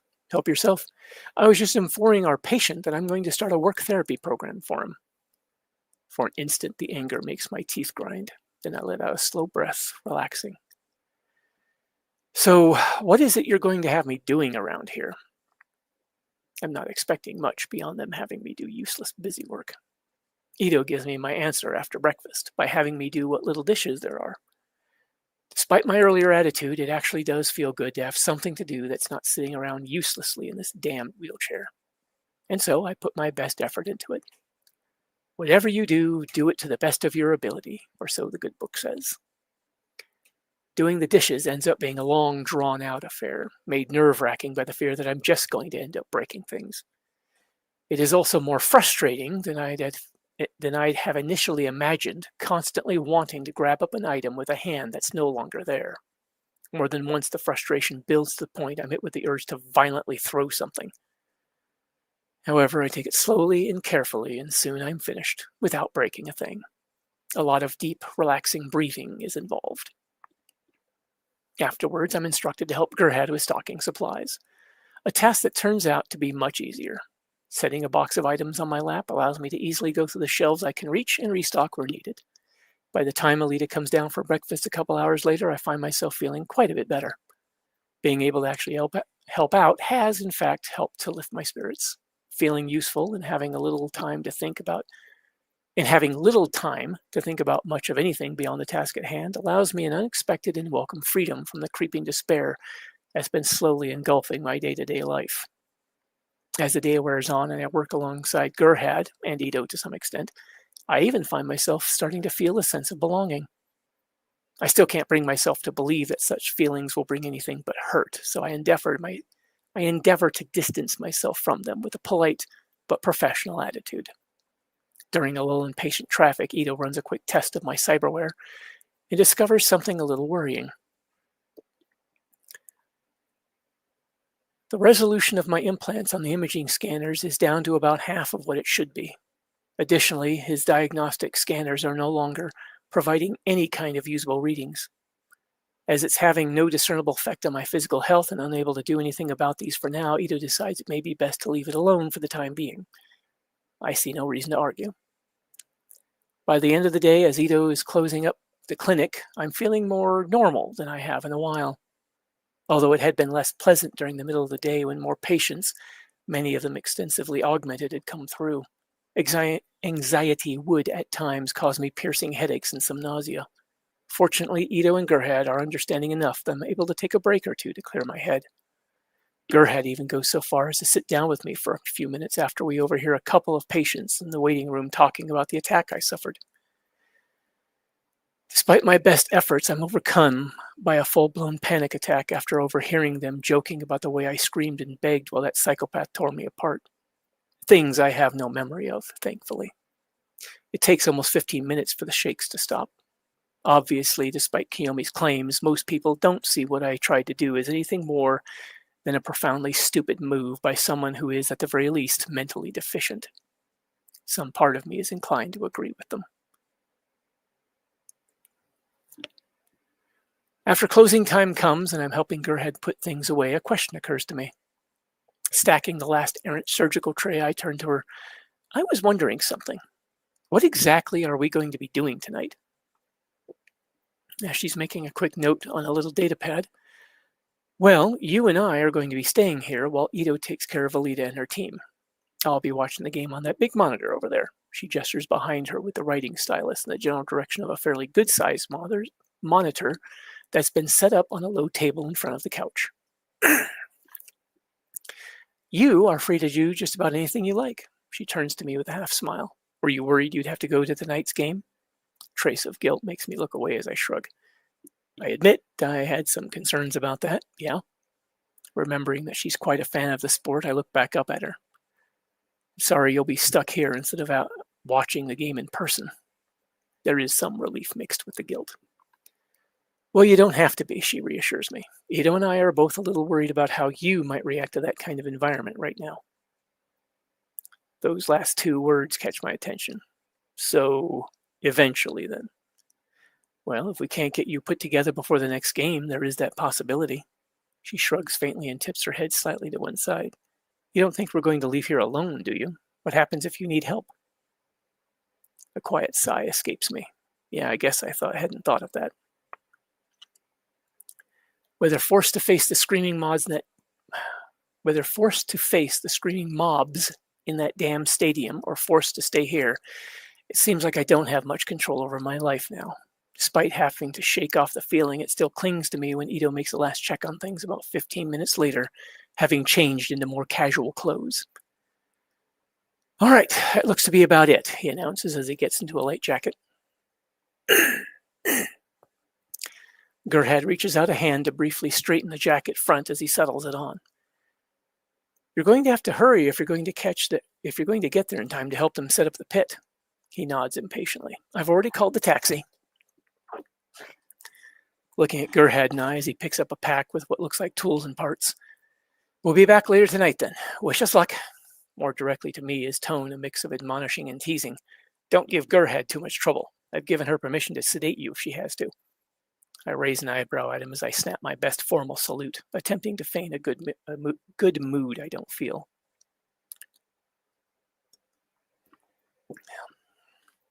With a nod and pack in hand, he heads out into the evening. After watching Ito get into the taxi, a small three-wheeled electric car-looking thing, Gerhard lets me know she's heading upstairs real quick. I acknowledge her with an absent nod and roll over to the rather decorative glass door after she walks away. Looking out into the darkening city, I wonder, not for the first time, what makes me worth the kindness I've received when so many others out there are going without. My mind begins spiraling into darker thoughts, though I try to pull away from them. Trying to pull away from that morass is like fighting against the currents of a raging river. My attempts to pull myself free are bolstered by Gerhard returning from upstairs. You're not thinking about making a run for it, are you? She asks with obvious humor. I turn around to find her wearing a pair of tight-fitting pants and a purple jersey with silver trim and Alita's name and number 99 on it.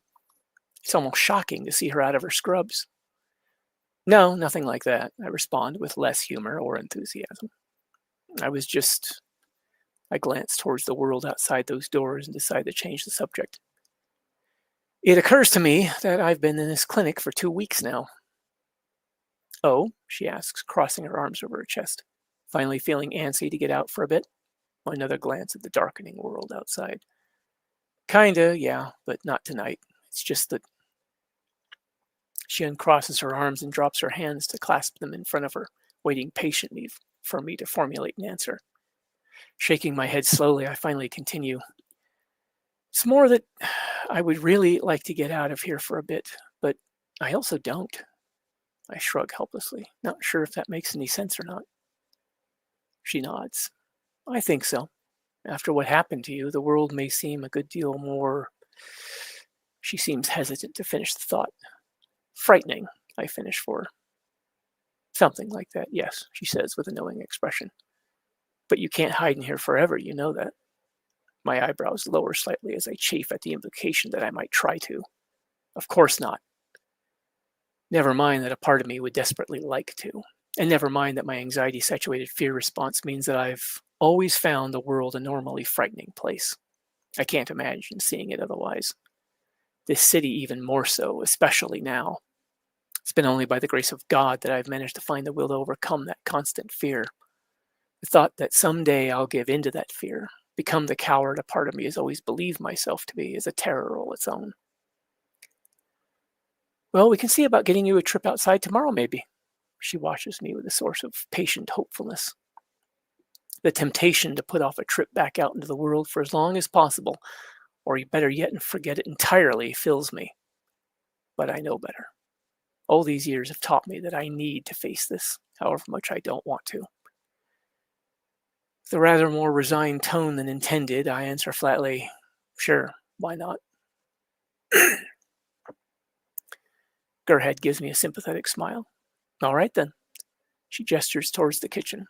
I was about to make some snacks before the game starts. Want to give me an assist? I think you're probably hungry as well. A last apprehension-filled glance out the darkening streets. Yeah, sure. Doesn't sound like a bad idea. After spending the time before game putting together some snacks, I decide to accept Gerhard's offer of joining her in the living room to watch the game. I figure I should at least sit through a bit of it, seeing it's such an important part of the lives of the people here.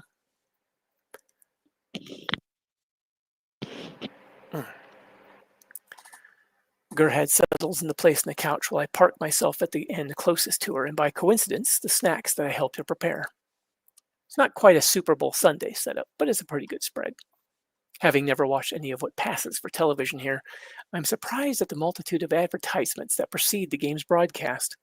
Ads for various parts, lubricants, metal and plastic treatments, things to keep the various bits of a cyborg's body running smoothly under the worst of conditions.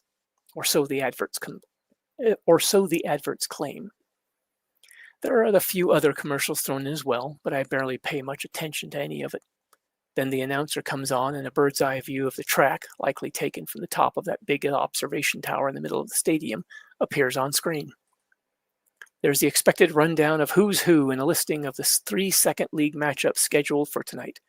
Chief among them, Alita's factory-mandated team of 7, not counting the 3 reserves, versus an opposing team that I am, unsurprisingly, unfamiliar with. The opposing team has only 5 members in the track as both teams take to the starting line. Seeing the discrepancy, I asked Gerhead about it. So why does the other team have almost half as many players?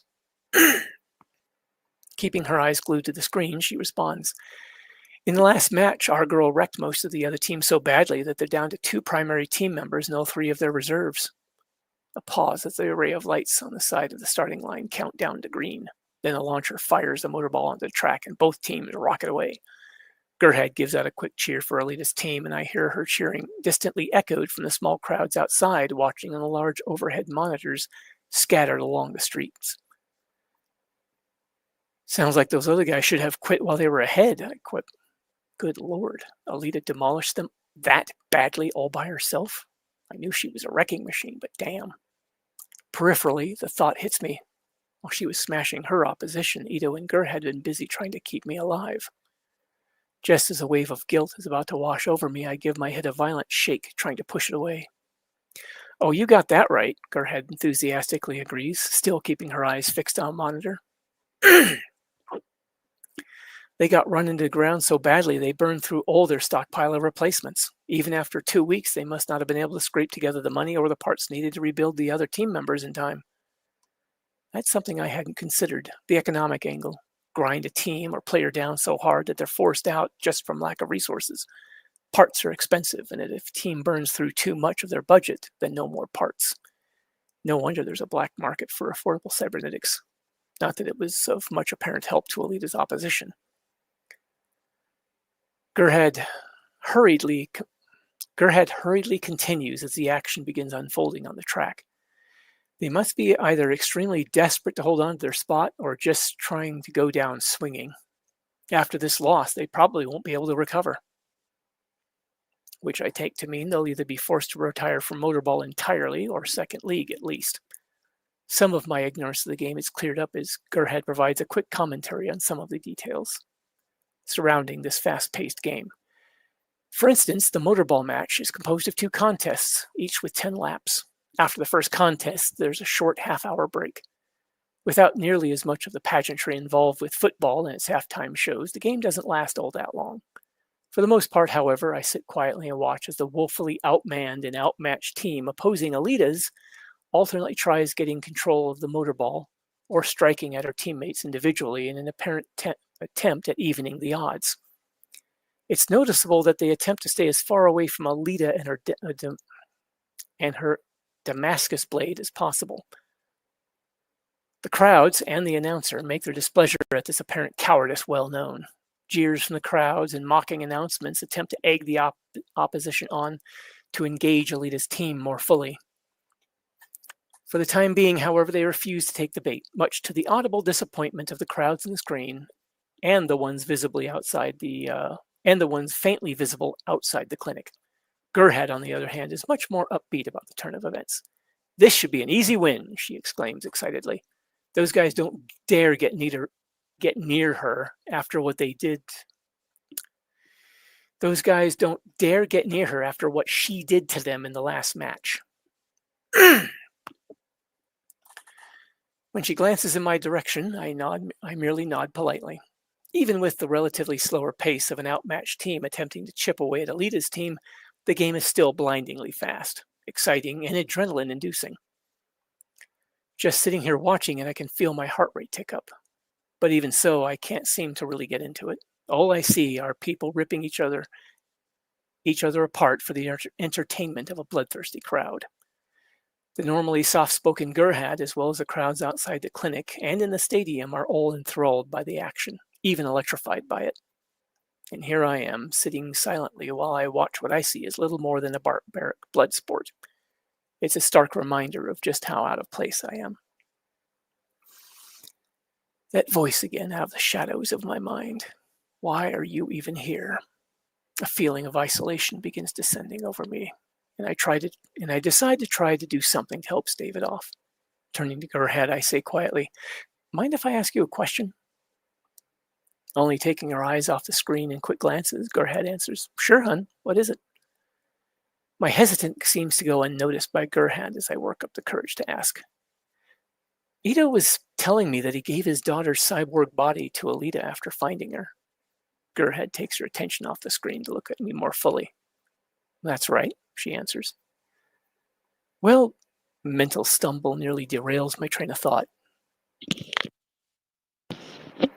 I was just curious, what happened to it? A part of me cringes inwardly, fully prepared for her to blow up at me for asking such a question. Instead, she leans back in the couch, still watching the monitor screen, but this time wearing a thoughtful look. On the screen, one of Alita's larger teammates managed to get a hold of one of the opposing team and begins grinding his faceplate into the track's surface, sending sparks everywhere. I hear some distant cheers from the monitor and crowd outside, but Gerhard remains pensive. When she looks over at me again, I decide I've let my curiosity lead me into making a mistake. You know what? Forget it, I say, ducking my head. I shouldn't have asked. In a reassuring voice, she tells me, "It's all right. Do you remember that string of murders that were happening around here some months ago?"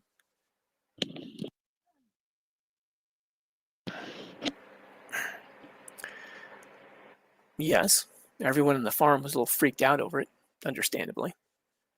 Well, there was a monster by the name of Grishka behind them. He was harvesting body parts for his master. Master? I feel my eyebrows come down together as I manage to draw the seemingly obvious conclusion. This Nova guy again? She nods. The first time Alita fought Grishka, he had ambushed Dyson while he was out looking for the killer. Grishka would have killed him if Alita hadn't chased him off. It was a little after that that a local boy, Hugo, showed her that old Martian shipwreck. When she got back from there with that berserker, she decided to be a little more proactive. She became a hunter-warrior and went to the local hangout, the Kansas bar. Once there, she tried to rally them to help hunt Grishka down, put a stop to him. A frown pulls at the corners of my mouth as a scowl begins to form. Well, let me guess. That bunch of mercenaries didn't want nothing to do with it. That's right. Her expression hardening just a bit. Grishka showed up again, this time larger and stronger. The two of them fought in the sublevels under the bar. People died. Alita lost badly. Grishka tore her apart. Her eyes mist up, and she has to pause to take a deep breath. Closing my eyes, I give my head a shake, trying to sort out tangled thoughts. Hold up a sec. If this happened after she got back from that shipwreck, wasn't she wearing her berserker body? Why? Ito refused to put her cybercore into it. He had his reasons, she quickly adds in a no-nonsense tone. Let's just leave it at that. Most likely meaning Ito was afraid of what she might do with all that power. I silently nod understanding, and she continues. Her eyes get a distant look. Grishka had torn her in half, severed her right arm. Even then, with little more than half a torso and one arm, she kept fighting him. Her eyes refocus, and she looks directly at me. By the time Ito, Hugo, and some others managed to chase off that monster, she'd broken off her remaining hand in one of Grishka's eyes, partly blinding him. When Ito got back here with what was left of her, she quietly clears her throat for just an instant. It almost seems like she chokes up. It took almost 2 days to get her into that berserker body. She smiles distantly. Once we did, though, it was as if she was really herself, for the first time since Ito had brought her out of that scrap heap. My eyes are drawn to the monitor. On the screen, Alita passes the motorball to one of her teammates by throwing it practically through one of the opposing team, who makes an attempt to intercept it. The impact sends her hapless target tumbling to the ground where he spins and rolls. Meanwhile, the ball had bounced off him at such an angle that it flies right into one of her teammates' hands. It's difficult to imagine that this swift, graceful, fierce fighter I see on that screen, who seems to cut through her opponents with such ease, could have ever been in such a position. Torn apart, no possible hope in winning, but still managing to strike out and maim her enemy. A stunning realization to think she could have been so seemingly helpless and still find a way to hurt an overpowering enemy trying to kill her. It becomes evident that her fighting ability is backed by a powerful fighting spirit. Compared to a useless old man whose only real talent in a fight seems to be screaming and bleeding on the ground, hisses that vicious voice out of my mind's shadows. A mind that finds no logical recourse but to agree with that assessment. Something I learned a while back from a couple of combat veterans floats through my head. What can people with no professional combat training do really well on a battlefield? Die, usually in large numbers. It's a strange, random thought, but somehow it encompasses a certain truth. I don't matter. I may be among people who've done some incredible things, but I am in no way capable of such things myself. Hesitant curiosity prompts me to say, "You mentioned someone named Hugo. Is he, I'm unsure how to appropriately finish that question. Gerhed peers at me for a moment before answering. Alita became very close to him in the short time they knew each other. When he died, she was devastated. Quickly picking up on the fact that she'll say nothing more on the subject, I nod mutely. After that, I sit quietly and watch the remainder of the game, not really seeing it. The world becomes a distant echo as I wind up lost in my own thoughts, an uncomfortable, familiar emptiness slowly filling me, numbing me. A venomous train of thought infiltrates my mind, riding the heels of previous thoughts, undermining my defenses. In the home of a renowned cyber surgeon, a talented nurse, and a powerful Martian cyborg warrior, what in all the universe is an irrelevant little insect like you doing here?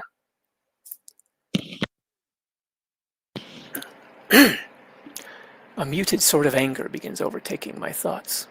I really am irrelevant. So what makes me worth keeping around?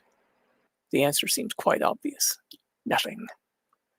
The anger isn't directed outward, but inward. It is anger at myself. Why are you even taking up space in these people's home? Sly, wicked whisperings fill my head. You're a blight on these people's lives. After an indeterminate time, Gerhed reaches over and touches my shoulder. I look over at her, vaguely surprised by the contact. You all right? She asks with a half smile. Her expression seems faintly worried. My eyes flicker to the monitor screen and back to her. Yeah, I respond with a shrug. Why? A light shrug of one shoulder. She lightly shrugs one shoulder. It's just that you've been so quiet. You know, you don't have to stick around here if you're bored. Finally penetrates my awareness that everyone else has been cheering and hollering, enjoying the show, while I'm just sitting here silently. Currently on the monitor, Alita is in the pit getting looked over by Ito and another mechanic. Oh, it's not that, I tell her. I'm just tired, is all. Her mouth presses into a line as she considers me for a moment. Maybe you should head up and lay down. Her offer is considered, but only briefly. Nah, that's okay. I respond with a shake of my head. Nodding towards the small array of snacks on various plates. I helped you make all this. I figure I should stick around and help clean it up. After a moment, she relents with a nod. I appreciate that. Flashing me a faint smile, she returns her attention to the game. I try to follow her example, attempting to shake off this darkening mood. My mind refuses to focus, instead wandering into voids where even thinking becomes an almost exhausting chore. Soon enough, the game is over and the track is cleared for the next scheduled match of the evening. Alita's team takes the win easily, despite the opposition's last-minute attempt to either score a few points of their own or just wreck as many of Alita's teammates as possible on the way down. From the looks of it, they managed to take nearly half of Alita's team out of the race, making an impressive showing of themselves. Not that it really changes the outcome of the game. Afterwards, a cheerful Gerhed begins cleaning up, and I manage to pull myself together enough to provide some assistance. I shuttle all the dishes into the kitchen where she washes, and I try to help by rinsing each item, since that only requires one hand to quickly accomplish. Putting away the last dish and wiping up a bit of water off the countertop, I turn to Gerhed. Guess that's that. I think I'm going to turn in. All right, she says, her tone touched with mild concern. Thank you for the help. You sure you won't stay up for a while? We like to do a little celebration after Alita's wins. Nothing fancy, but you're welcome to join us. No, that's all right. But if you would pass on my congratulations for me? Sure thing, hun, she says, giving me a friendly pat on the shoulder. You go get some rest. I head off up to my room and crawl onto bed without turning the lights on. I don't bother with getting undressed. It feels like gravity has increased well above normal. It takes all my energy just to get out of the wheelchair. After a few minutes, I remember to take off my glasses and set them aside. Then I lay there in the dark, trying to bring back that feeling from earlier of being a normal person. After a while, the sounds of talking and even a little bit of laughter from downstairs drift through the partly open bedroom door that I hadn't bothered closing. Alita and Ito arriving back home. A part of me is drawn to the idea of accepting Gerhard's earlier offer and going down to join them. I'm paralyzed by the certainty that my intrusion would be unwanted. Maybe I'd feel a little better, but my presence would certainly just drag everyone else down. Isolation makes time seem to slow to a crawl. I lay in the dark listening to the sounds of a family celebrating a little milestone in their life. Despite my efforts to push it away, memories of Vanessa and the kids drift through my mind. For the thousandth time, I wonder what they would be doing right now. I begin remembering holidays, birthdays, regular days that just stand out. With these memories comes the intense heartache of losing the loved ones I shared them with.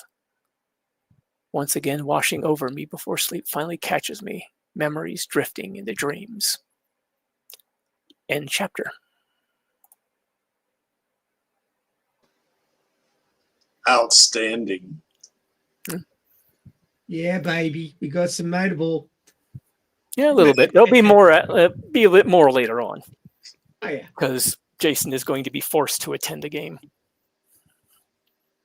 It sounds kind of like with Jason, he's sitting there, that game's going on the TV, and he's like a person like here in the U.S. that doesn't really like football or anything, but their friends are his or her friends are there, and they're all cheering, and they're just sitting there. Yeah. That's what it kind of reminds me of. A little bit, yeah. Captain disengaged. Yes. Yeah. Been through that quite a few times in my life. Yeah. Well, I like watching football, so I can't identify with that. So anyway. Yeah. That's the thing. I've never been one for watching sports, but I've always enjoyed playing them. Yeah. Well, when I say watch them, I don't really watch an entire football game. An entire football game's like 2.5, 3 hours. What I do is wait for the, those, what they for the highlights and stuff. Yeah, the highlights, or they kind of condense them down into, so a few plays, like it's instead of 2.5 hours, it's like 10 minutes. That's kind of what I watch. Okay. Yeah, it seems much more manageable. Yeah. But anyway, you think your sport takes too long, Creaky? We have cricket games that go for 5 days. Yeah, I know. Really? Yeah. Hot summer afternoons, just sitting there waiting for something to happen in the cricket. It's like, for fuck's sake, somebody hit something. Look, I know it's hot. I know you don't want to put the effort in, but we're watching you play this game. Do something. Yeah, my grandfather used to play cricket. My English grandfather, he played it. Yeah. Of course, I haven't played like 5 days straight, but I've played 2 days straight, and my God, it's exhausting. You need so much stamina to stand out in the summer sun. Don't you get a chance to sleep? Well, yes, but it's hard work. Well, what do? Do you play to a certain point at the end of the day and you stop, and then the next day you come back and pick up at that point, or is it? Yes. Yeah. Okay. Yeah. That's unless you've got very strong lights, you need to have the sun up. Of course. Yeah. But in summer in Australia, depending on what part of Australia you're in, the days are awfully long. You have lots of sun. Yeah. I bet in the northern part of Australia it's probably But probably a lot of sun, right? Well, actually, the further south you go, the more sun you get in summer, but the less you get in winter. Oh, wow, really? Yeah. So few people understand how that works. I'm one of them. Yeah. Yeah, learn something new every day. But You get more variation in day length the closer you get to the poles, to the point where if you cross into the yeah, I see what you mean. you get permanent day and permanent night. Yeah. It's kind of like in the northern hemisphere up near the North Pole. It's Exactly. 6 months of day. Yeah, I thought you were talking about like the days, just kind of like it's a gradation. Like yeah. near the equator, you don't get a lot of variation because the sun's sort of going not very far. But the sun goes away a long way in winter near the poles and comes back and is just like there all the time. Yeah. I know Vladdy's probably fallen asleep, but in England, you get awfully long days in summer and awfully short days in winter. So. Murder ball. Wasn't that kind of like dodgeball? Alita played murder ball. Yeah. Oh yeah. They were all trying to murder her. Yeah, I think AKA is referring to some variation of dodgeball, I think. Yeah. Or just dodgeball. Yeah. Okay. Yeah, we played Well, that when I was in school up in Alaska. With dodgeball, you either dodge it or you catch it. If it hits you anywhere on the body, you're out. But you can catch the ball if you're quick enough and skilled enough. But I think We were never poison allowed ball to or do murder that in, ball, if you get touched at all, you're cactus. Yeah, in all the games I play, we never allowed touching. So you couldn't catch it either. So I guess it was more like one of those other variations you mentioned. Poison So ball. ball touches you, you're out, right? Yeah. So you had to completely dodge it.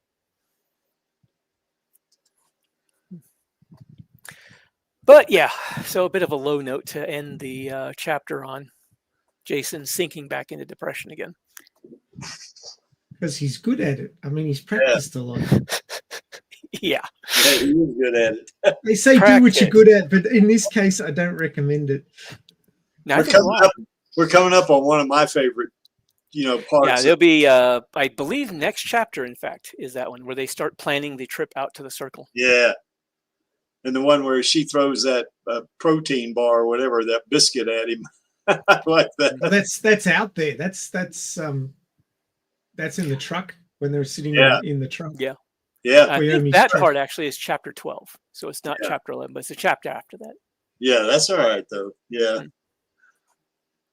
I still think if a Martian super soldier cyborg threw a protein bar at your head, you'd know about it. Well, yeah, but she's not necessarily using her entire strength. Yeah, she's luckily she just wants to get his attention, which she does. Well, she realized what he was doing. He was trying to sort of like pull him out of it. Yeah.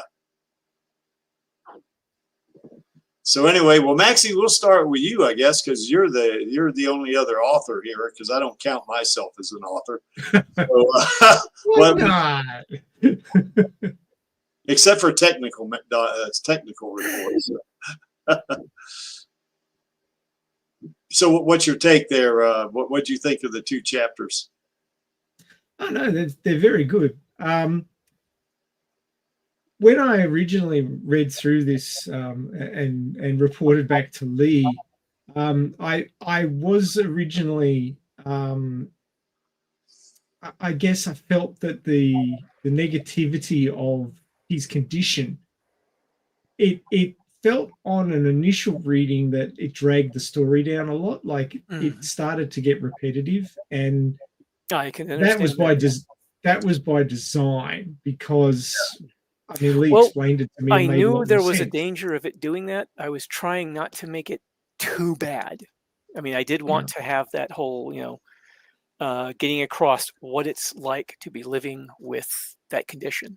But I didn't want it to be so bad it would just completely turn everybody off. So, well, you got to realize this guy's copped a double dose. Not only did he get torn apart and had to have his limbs replaced with cybernetic replacements, which still hasn't happened. Yeah, well, let me get to that part. But the second part of the second barrel of the shotgun was that they can't fix him up straight away, or at this point they don't know if they can fix him up at all, because of the variation of his how would I describe it? His differences. We'll put it that way. His anomalous condition. That's it. Yeah, no, that's a good description. I like that. I'll borrow that. Well, he's the ghost in the system. That's right. So the guy's got like frustrations out the wazoo, and that's pushing him deeper into despair, which is understandable. I mean, he's lost his family. He's he lost his entire world as well as his family. Well, this is true, but his family meant the most to him. Yeah. I mean, he's in a world. He hasn't lost a world entirely. It's just not the one he's used to. But the fact that he's no longer can see his family, that's probably the biggest. So he lost his family and his world. Then he loses his limbs, and his mental illness is acting up. But he doesn't have his meds either, so he can't deal with it. Which is why it's acting up. Yeah. But besides all of that, he's still being a good Christian. Oh, he's trying to. And that plays out multiple times in various chapters. I mean, it comes up when it comes up, basically, when it fits the story. It's not like he's walking around with a badge on saying, I'm a good Christian. Yeah. But, well, it's that whole show, don't tell. Yeah. And it also fits into one of the Christian teachings of you will know someone by their works. Yep. They don't tell you who they are, they show you who they are. Exactly. But I mean, he's not a goody two shoes either. He's got depth of character. He gets angry, he gets grumpy and surly and smart ass. When he's not, like when he surfaces from his depression, he's quite an engaging person, which is what I like. You get these little flashes, like if he was just a no-hoper, you get a lot of people in the world who have done a lot of drugs, and it's just screwed up their heads, and they're just no-hopers. There's just nothing positive about them at all. But you look at what he's been through, and he's kept to his convictions, even though he's suffering greatly from his mental conditions, but he's still pressing forward. And it was made pretty clear in these chapters that, well, actually, it was the first one that you read today, Lee, where he was said, look, telling someone to perk up is not going to fix this. This is not like a suggestion. It's a chemical condition within the brain. So it is a disease. It is not just that I'm, had a bad night's sleep and I feel crappy and a good sleep will fix it. No, it's not like that. And a lot of people don't understand it. It's not just, I'm just in a bad mood, just perk up, you'll be fine. No, that's not what this is. Or you need good talking to. Yeah, exactly. I'll convince you to be. Yeah. Like, no, that's not how this works. And a lot of people don't understand that mental conditions are real. They're not just, you're just not thinking about this the right way. Yeah. No, that's not how this works. And a lot of people just who've never suffered through them don't understand it. It's just like they just don't get it. It's not visible. It's not like, you've had your leg chopped. Well, this guy's had both his legs chopped off. So that is visible. But I mean, there's so many layers to this story. That's why it's so good. You can pick different parts of it and examine them. Yeah, that's but right. It is explained in the first chapter that Lee read today, where he just basically says, "Look, I'm not giving up. I haven't given up. I'm still here. If I'd given up, I wouldn't be here." Yep. It's not like, just don't give up. It's like, I choose not to give up every single day. That's why I'm still here. Why do you think I'm still breathing? Kind of thing. That's right.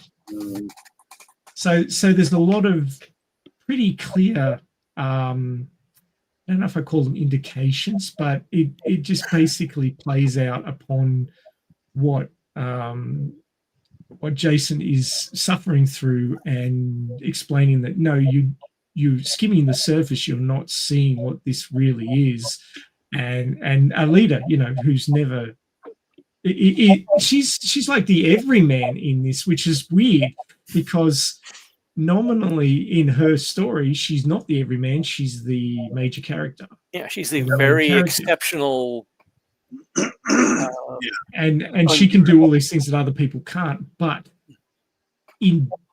instead of being the main character, she's the everyman who doesn't understand what's going on with the main character, and the main character's helping her understand that. It's a really nice little flip the script kind of situation. And I really do like the way you've done that, Lee, in that you've taken the main character of one story and made her the everyman of another story, which is really nice. I actually had not considered that aspect of it. I was just, sort of put her there as like someone who's not ever dealt with it. She's going to have trouble understanding it in some ways, like most people do. Because that just that's the everyman problem. You're educating the everyman in the story, and that then educates the reader. Yeah, nice work. Well, thank you. Anyway, oh, go ahead. I was going to say, all these different layers and angles, I actually had not necessarily intentionally put them in, but I guess as I wove the story together, they just kind of fell into place. Yeah. That's how you know it's good writing. It has depths that even the writer hasn't plumbed yet. Mm. Vladi, are you still with us? I think he's asleep. I bet he out. Off to Snoozeville. He fell asleep to the dulcet tones of Lee reading his own story. Yeah. I still hate the sound of my own voice. Nah, it's good. Except when you're choking. Yeah. That one, yeah. Yeah. Well, my take. Oh, I think we just lost somebody. It was Creaky just fell off.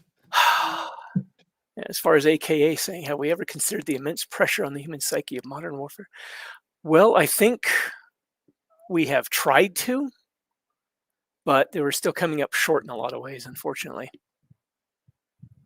And unfortunately, our own, in the United States at least, our own healthcare system doesn't seem to be too inclined to do a lot about it. The damage that can be resulted from it. It's not even that. I think that schooling at its very basis is flawed these days, in that it doesn't prepare you for anything like major changes in your life, shocks, losses. It doesn't teach you any ways to handle any of these things. And I mean, a lot of that is considered, the family should teach you how to do that, but who says anybody in your family knows how? Yeah. So I do think that if you want to educate a good, strong, resilient populace, you need to change the education system to teach them how to adult, how to be strong, how to work through things, and it's all just like what they call coping mechanisms with these things. Yes, exactly. We're never taught coping mechanisms. We're just supposed to work it out for yourself, and a lot of people don't. Yeah. I mean, I had a friend who committed suicide 2 weeks before the final exams in high school because he was not coping, and there was a number of other factors that played in on that, and it all just got too much for him, and he offed himself. And I mean, I don't know about now, but back in the 80s when I was finishing up, the end of the 80s when I was finishing up high school, there was a lot of suicide in males in the country where I lived. And I'm not talking about the country of Australia, I'm talking about the country areas, because there was no support services. There was nothing. It just didn't exist. And people just either worked it out for themselves or died. Yeah. And it's just crazy how we don't teach young people how to be resilient. It just doesn't happen.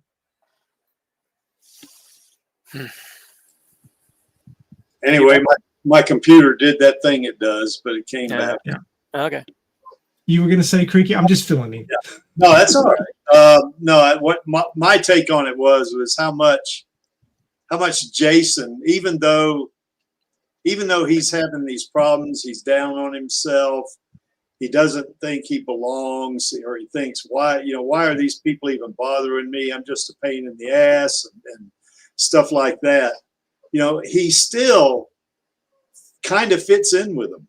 I mean, they're glad he's there. They talk to him. He talks to them, and it's like they've adopted him as part of the family. Well, getting close to it, and not quite that just yet, but they have welcomed him into their home, and they do seem to have taken something of a liking to him, because he's not being a bad guy to them or anything. Yeah.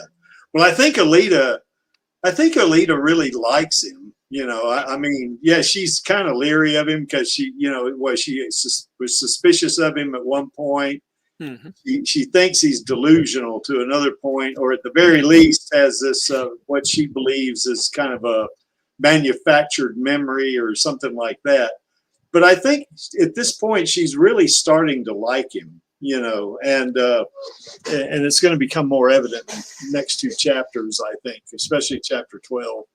As when what she does, you say, well, that's something a friend would do to another friend or something like that, But I just think, even though he's, he is down on himself a lot, and it's understandable, like Maxie was saying a while ago, but he's still fitting in, I mean, watching Motorball with Gearhead and, that kind of thing, so, that's what struck me about these two chapters. Okay. All right. Well, any last thoughts, you guys? I'd just like to say that Lee writes very believable characters. I mean, a lot of people like to write hero characters where they always do the right thing and say the right thing and pick the logical, obvious choices that will push you towards your goal in an ethical and what's the word I'm looking for? Optimal manner, shall we say. Yeah. But the way Lee writes characters is that they have obvious flaws, and even if they're fighting against these flaws, the flaws often take over, at least for short periods. And that's very believable. That's real people. There are very few people who, do the right thing all the time. I know I don't. Yeah, I don't either. And like you're tired, you're frustrated, you lose your temper when you probably shouldn't. You're suffering. I mean, I've got 3 autoimmune conditions. I'm always trying to deal with those. But people have things that they're dealing with. They've got traumas that keep popping up. And this is all, true to life, real things that people are dealing with, and writing them into the story and having people fail regularly makes some really believable characters. And it's sort of like you often want to write your character to be the guy who succeeds, or the girl who succeeds, fixes everything and everybody likes. Yeah, exactly. And it gets less and less believable if you don't have some character flaws in there to balance it out. Well, that's actually that's because they're not relatable a lot of times too, Maxie. Yeah, exactly. I was going to say that was actually a very big fear of mine, because I'm very familiar with the whole Mary Sue trope, or Gary Stu, the male version of that. Yeah. And I wanted very badly not to have my character become that. Oh, he's no weak. Yeah, if anything, you've probably gone a bit the other way. But I mean, it's more believable that, and it's actually there's this old saying: you don't succeed despite your limitations, but because of them. Yeah. Have you heard that one before? I think so. Yeah. It says Yeah. It's basically saying that if you can overcome the trials that are presented to you in your life and your limitations at the same time, then you are succeeding far better than you would have if you only had one or the other. Okay. And that's something that Jason is, struggling with every single chapter. Mm-hmm. Oh, it's AKA. Thanks about that. One of the things that I had a friend of mine who early on was able to actually give some readings for me to read through them. He was my beta reader for a while until work took over his life. But one of the things that he pointed out that I liked was that he said all my characters have a different way of speaking, so they're easy enough for him to pick out who's saying something just by the way they were talking in the writing, which was really nice to hear. Yeah, if you can maintain that, you're doing really well. I tried to.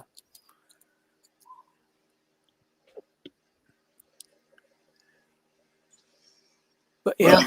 I guess Vladdy's still asleep, so he has no last thoughts, or if he does, or he's dreaming them. Yeah. Anyways, you can see from that center panel right there, Alita does love her Uncle Creek. And that's because he wants a sequel just like she does. And, of course, we all want a sequel like she does. Yes, please. Yeah, sequel, please. Put my hand up for that. Yes, indeed. I'm still waiting for the 3 trilogies. That's right. And there's our queen, Rosa. Of course, Maxie, you probably missed it, but we had a little bit of a belated birthday celebration for her. Not like we did on Radio Chaos last week, but we just played a couple of videos and chatted about her for a little bit. And of course, Angelus had to bring up the fact that there's a lot of ooh-woo up there, and that's true. So, but anyway, fabulous and 40, as they say. Yeah, that's right. But anyway, yeah, our queen's great, man. She's a super actor, and we were so lucky that she got selected to play Alita. That's for sure, because she literally knocked it out of the frickin' park. I also want to give shout outs to Eldamont and Jesse Fisher. They brought Screwhead to life, and I would like to see Alita and Screwhead team up against Joshagon in the next movie. So in Alita 2. So hopefully, yeah. Sequel, please. Yeah, that's right. So, but certainly Rosa and Elle are really good actors, and Jessie is, as Elle put it when we interviewed her on Radio Chaos, is the most badass stunt woman she ever worked with. So that's high praise right there. So, come on, Disney, let's get these 3 that sequel. They deserve it. We want it, and you'll make money. We will pay money to go see this, and we will buy your merch. We will buy if you kind of come up with a game or something, or you sponsor a game or whatever. We'll buy that. We'll buy Alita clothes. We'll go nuts buying Alita stuff. So you'll make money, Disney. Come on, Yep. And tomorrow, Radio Chaos, and Maxie, I'll let you talk about that since you've been here, since you are here. Oh, okay. Well, yeah. Always hunting around for different topics. Being that it's episode 275, we've had a few. I'm not entirely sure we haven't covered something similar to this before, but we'll give it another bell and see what the people who we can drag along to the episode are feeling about this one. So, guys, if you're going to be on tomorrow for the live stream for Radio Case, have a think about this one. Yep. If you could put yourself into the Alita Battle Angel movie, and I say specifically the movie because we're going to be asking this question about the manga in a couple of weeks. That we never talk about. That we never talk about. That's right. If you could put yourself into the Alita Battle Angel movie, who would you be and why? Now, I'm leaving this totally open to you guys. It can either be you could take over a character that's already there, who's canon, who you think you'd be happy to, be the part of, or you could self-insert. But we need to know who you want to be, why, and how you would fit into the story. So have a bit of a think about that. And it can be totally self-indulgent. That's fine. But if you'd like to be imaginative, I'd give you extra props for that. Well, I got my character, but I'll save it for tomorrow. Save it to tomorrow. Yes, I do. I better have a good think about this one doing the advertising. Yeah. Oh, I got to do the instance too, don't I? Yeah. Yeah, that would help. Yeah. So, Lee, you're going to join us tomorrow? I can, sure. Cool. Being the artiste that you are in the field of writing, I'm sure you can come up with a character insert that will be entertaining. So, no pressure. Just looking forward to it. Well, Lee could be Jason if he wants. Yeah. Well, hey, you've already inserted a character into the story. You could just that would be a bit cheap, but you know you can still do it. I'll come up with something. All right. Cool. And if you want to join us and have a kind of a little chat with us after the stream is over with, I'll put the link in the chat. I've been putting the link in the chat anyway, but here it is. So you just click on that. I'll bring you in. You can click on it any time. I'm just not going to bring you in until the stream is over.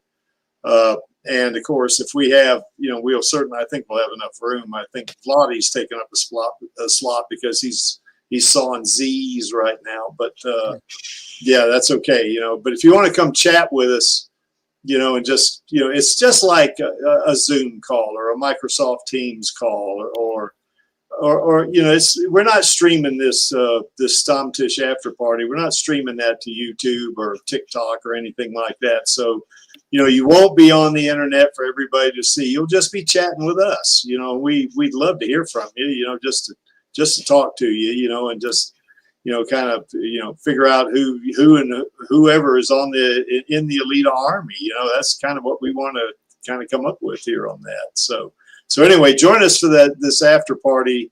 We stick around, and chat, and we have stuck around for over an hour, 2 hours even, or sometimes just a few minutes. But certainly join us if you want to just chat with us and try to maybe meet us or something like that. Virtually, that is. And we are the Alita Army. We are the most positive fandom on the internet. We support Alita and Rosa Salazar passionately and positively. We just positively. That's right. Yeah. That's it. I almost thought I messed up the pronunciation because Alita's our favorite character for sure. And certainly Rosa's our queen. We love her to death. And that's what we want. That's why we're supporting. One maybe character and one real person, which are actually the same. Rosa is Alita and Alita is Rosa. So, it works out. And of course, I just want to remind everyone, if you want to donate to the, Fire Victims Fund, go check the link in the description. And, we do these fundraisers because we like to help, various causes and communities and that sort of thing. But last and certainly not least, and this is for you guys at Disney, you rascals, I'll say that, that's the Southern way of saying something like SOB or something like that. But anyway, you rascals over there at Disney, we're not going anywhere. You might think you're going to outlast us. You might think that. But here's the thing. And the most important thing for me is this. No cause is lost, if there was but one fool left to fight for it. And if the Creek is the only person left alive in the Alita Army, I'll still be fighting for a sequel. So you're never, ever going to get rid of us. It's not going to happen. It's just not on your longevity, Creaky. It wouldn't surprise me. So anyway, and if you want a sequel, you're in the Alita Army too. So So why is this image here? Well, that image is there because I like it. And I'm the stream manager, the producer, the janitor, chief cook and bottle washer. I'm the pilot. I'm all kinds of good stuff. I'm the garbage man. All that stuff. So to paraphrase Gruishka, I'm only here for our girl and the Alita Army. And of course, all of us in the Alita Army are not only here for our girl, we're also here for our queen because we want that sequel. Damn it. And so, having said that, that only leaves us with one thing left to do, and that would be the call to action on my count of 3. 1, 2, 3. Fill those sequels, baby. And we will see you next week on the Alita live stream. We'll see you tomorrow on Radio Chaos. Take care, guys. Good night. What's up, Alita Army? This is Hot Toys Alita, and I hope you enjoyed this week's Alita live stream. Please join my Uncle Creek, Angelus, and our other guests for next week's show. Remember, I do not stand by in the presence of evil, and film those sequels, baby. See you next time.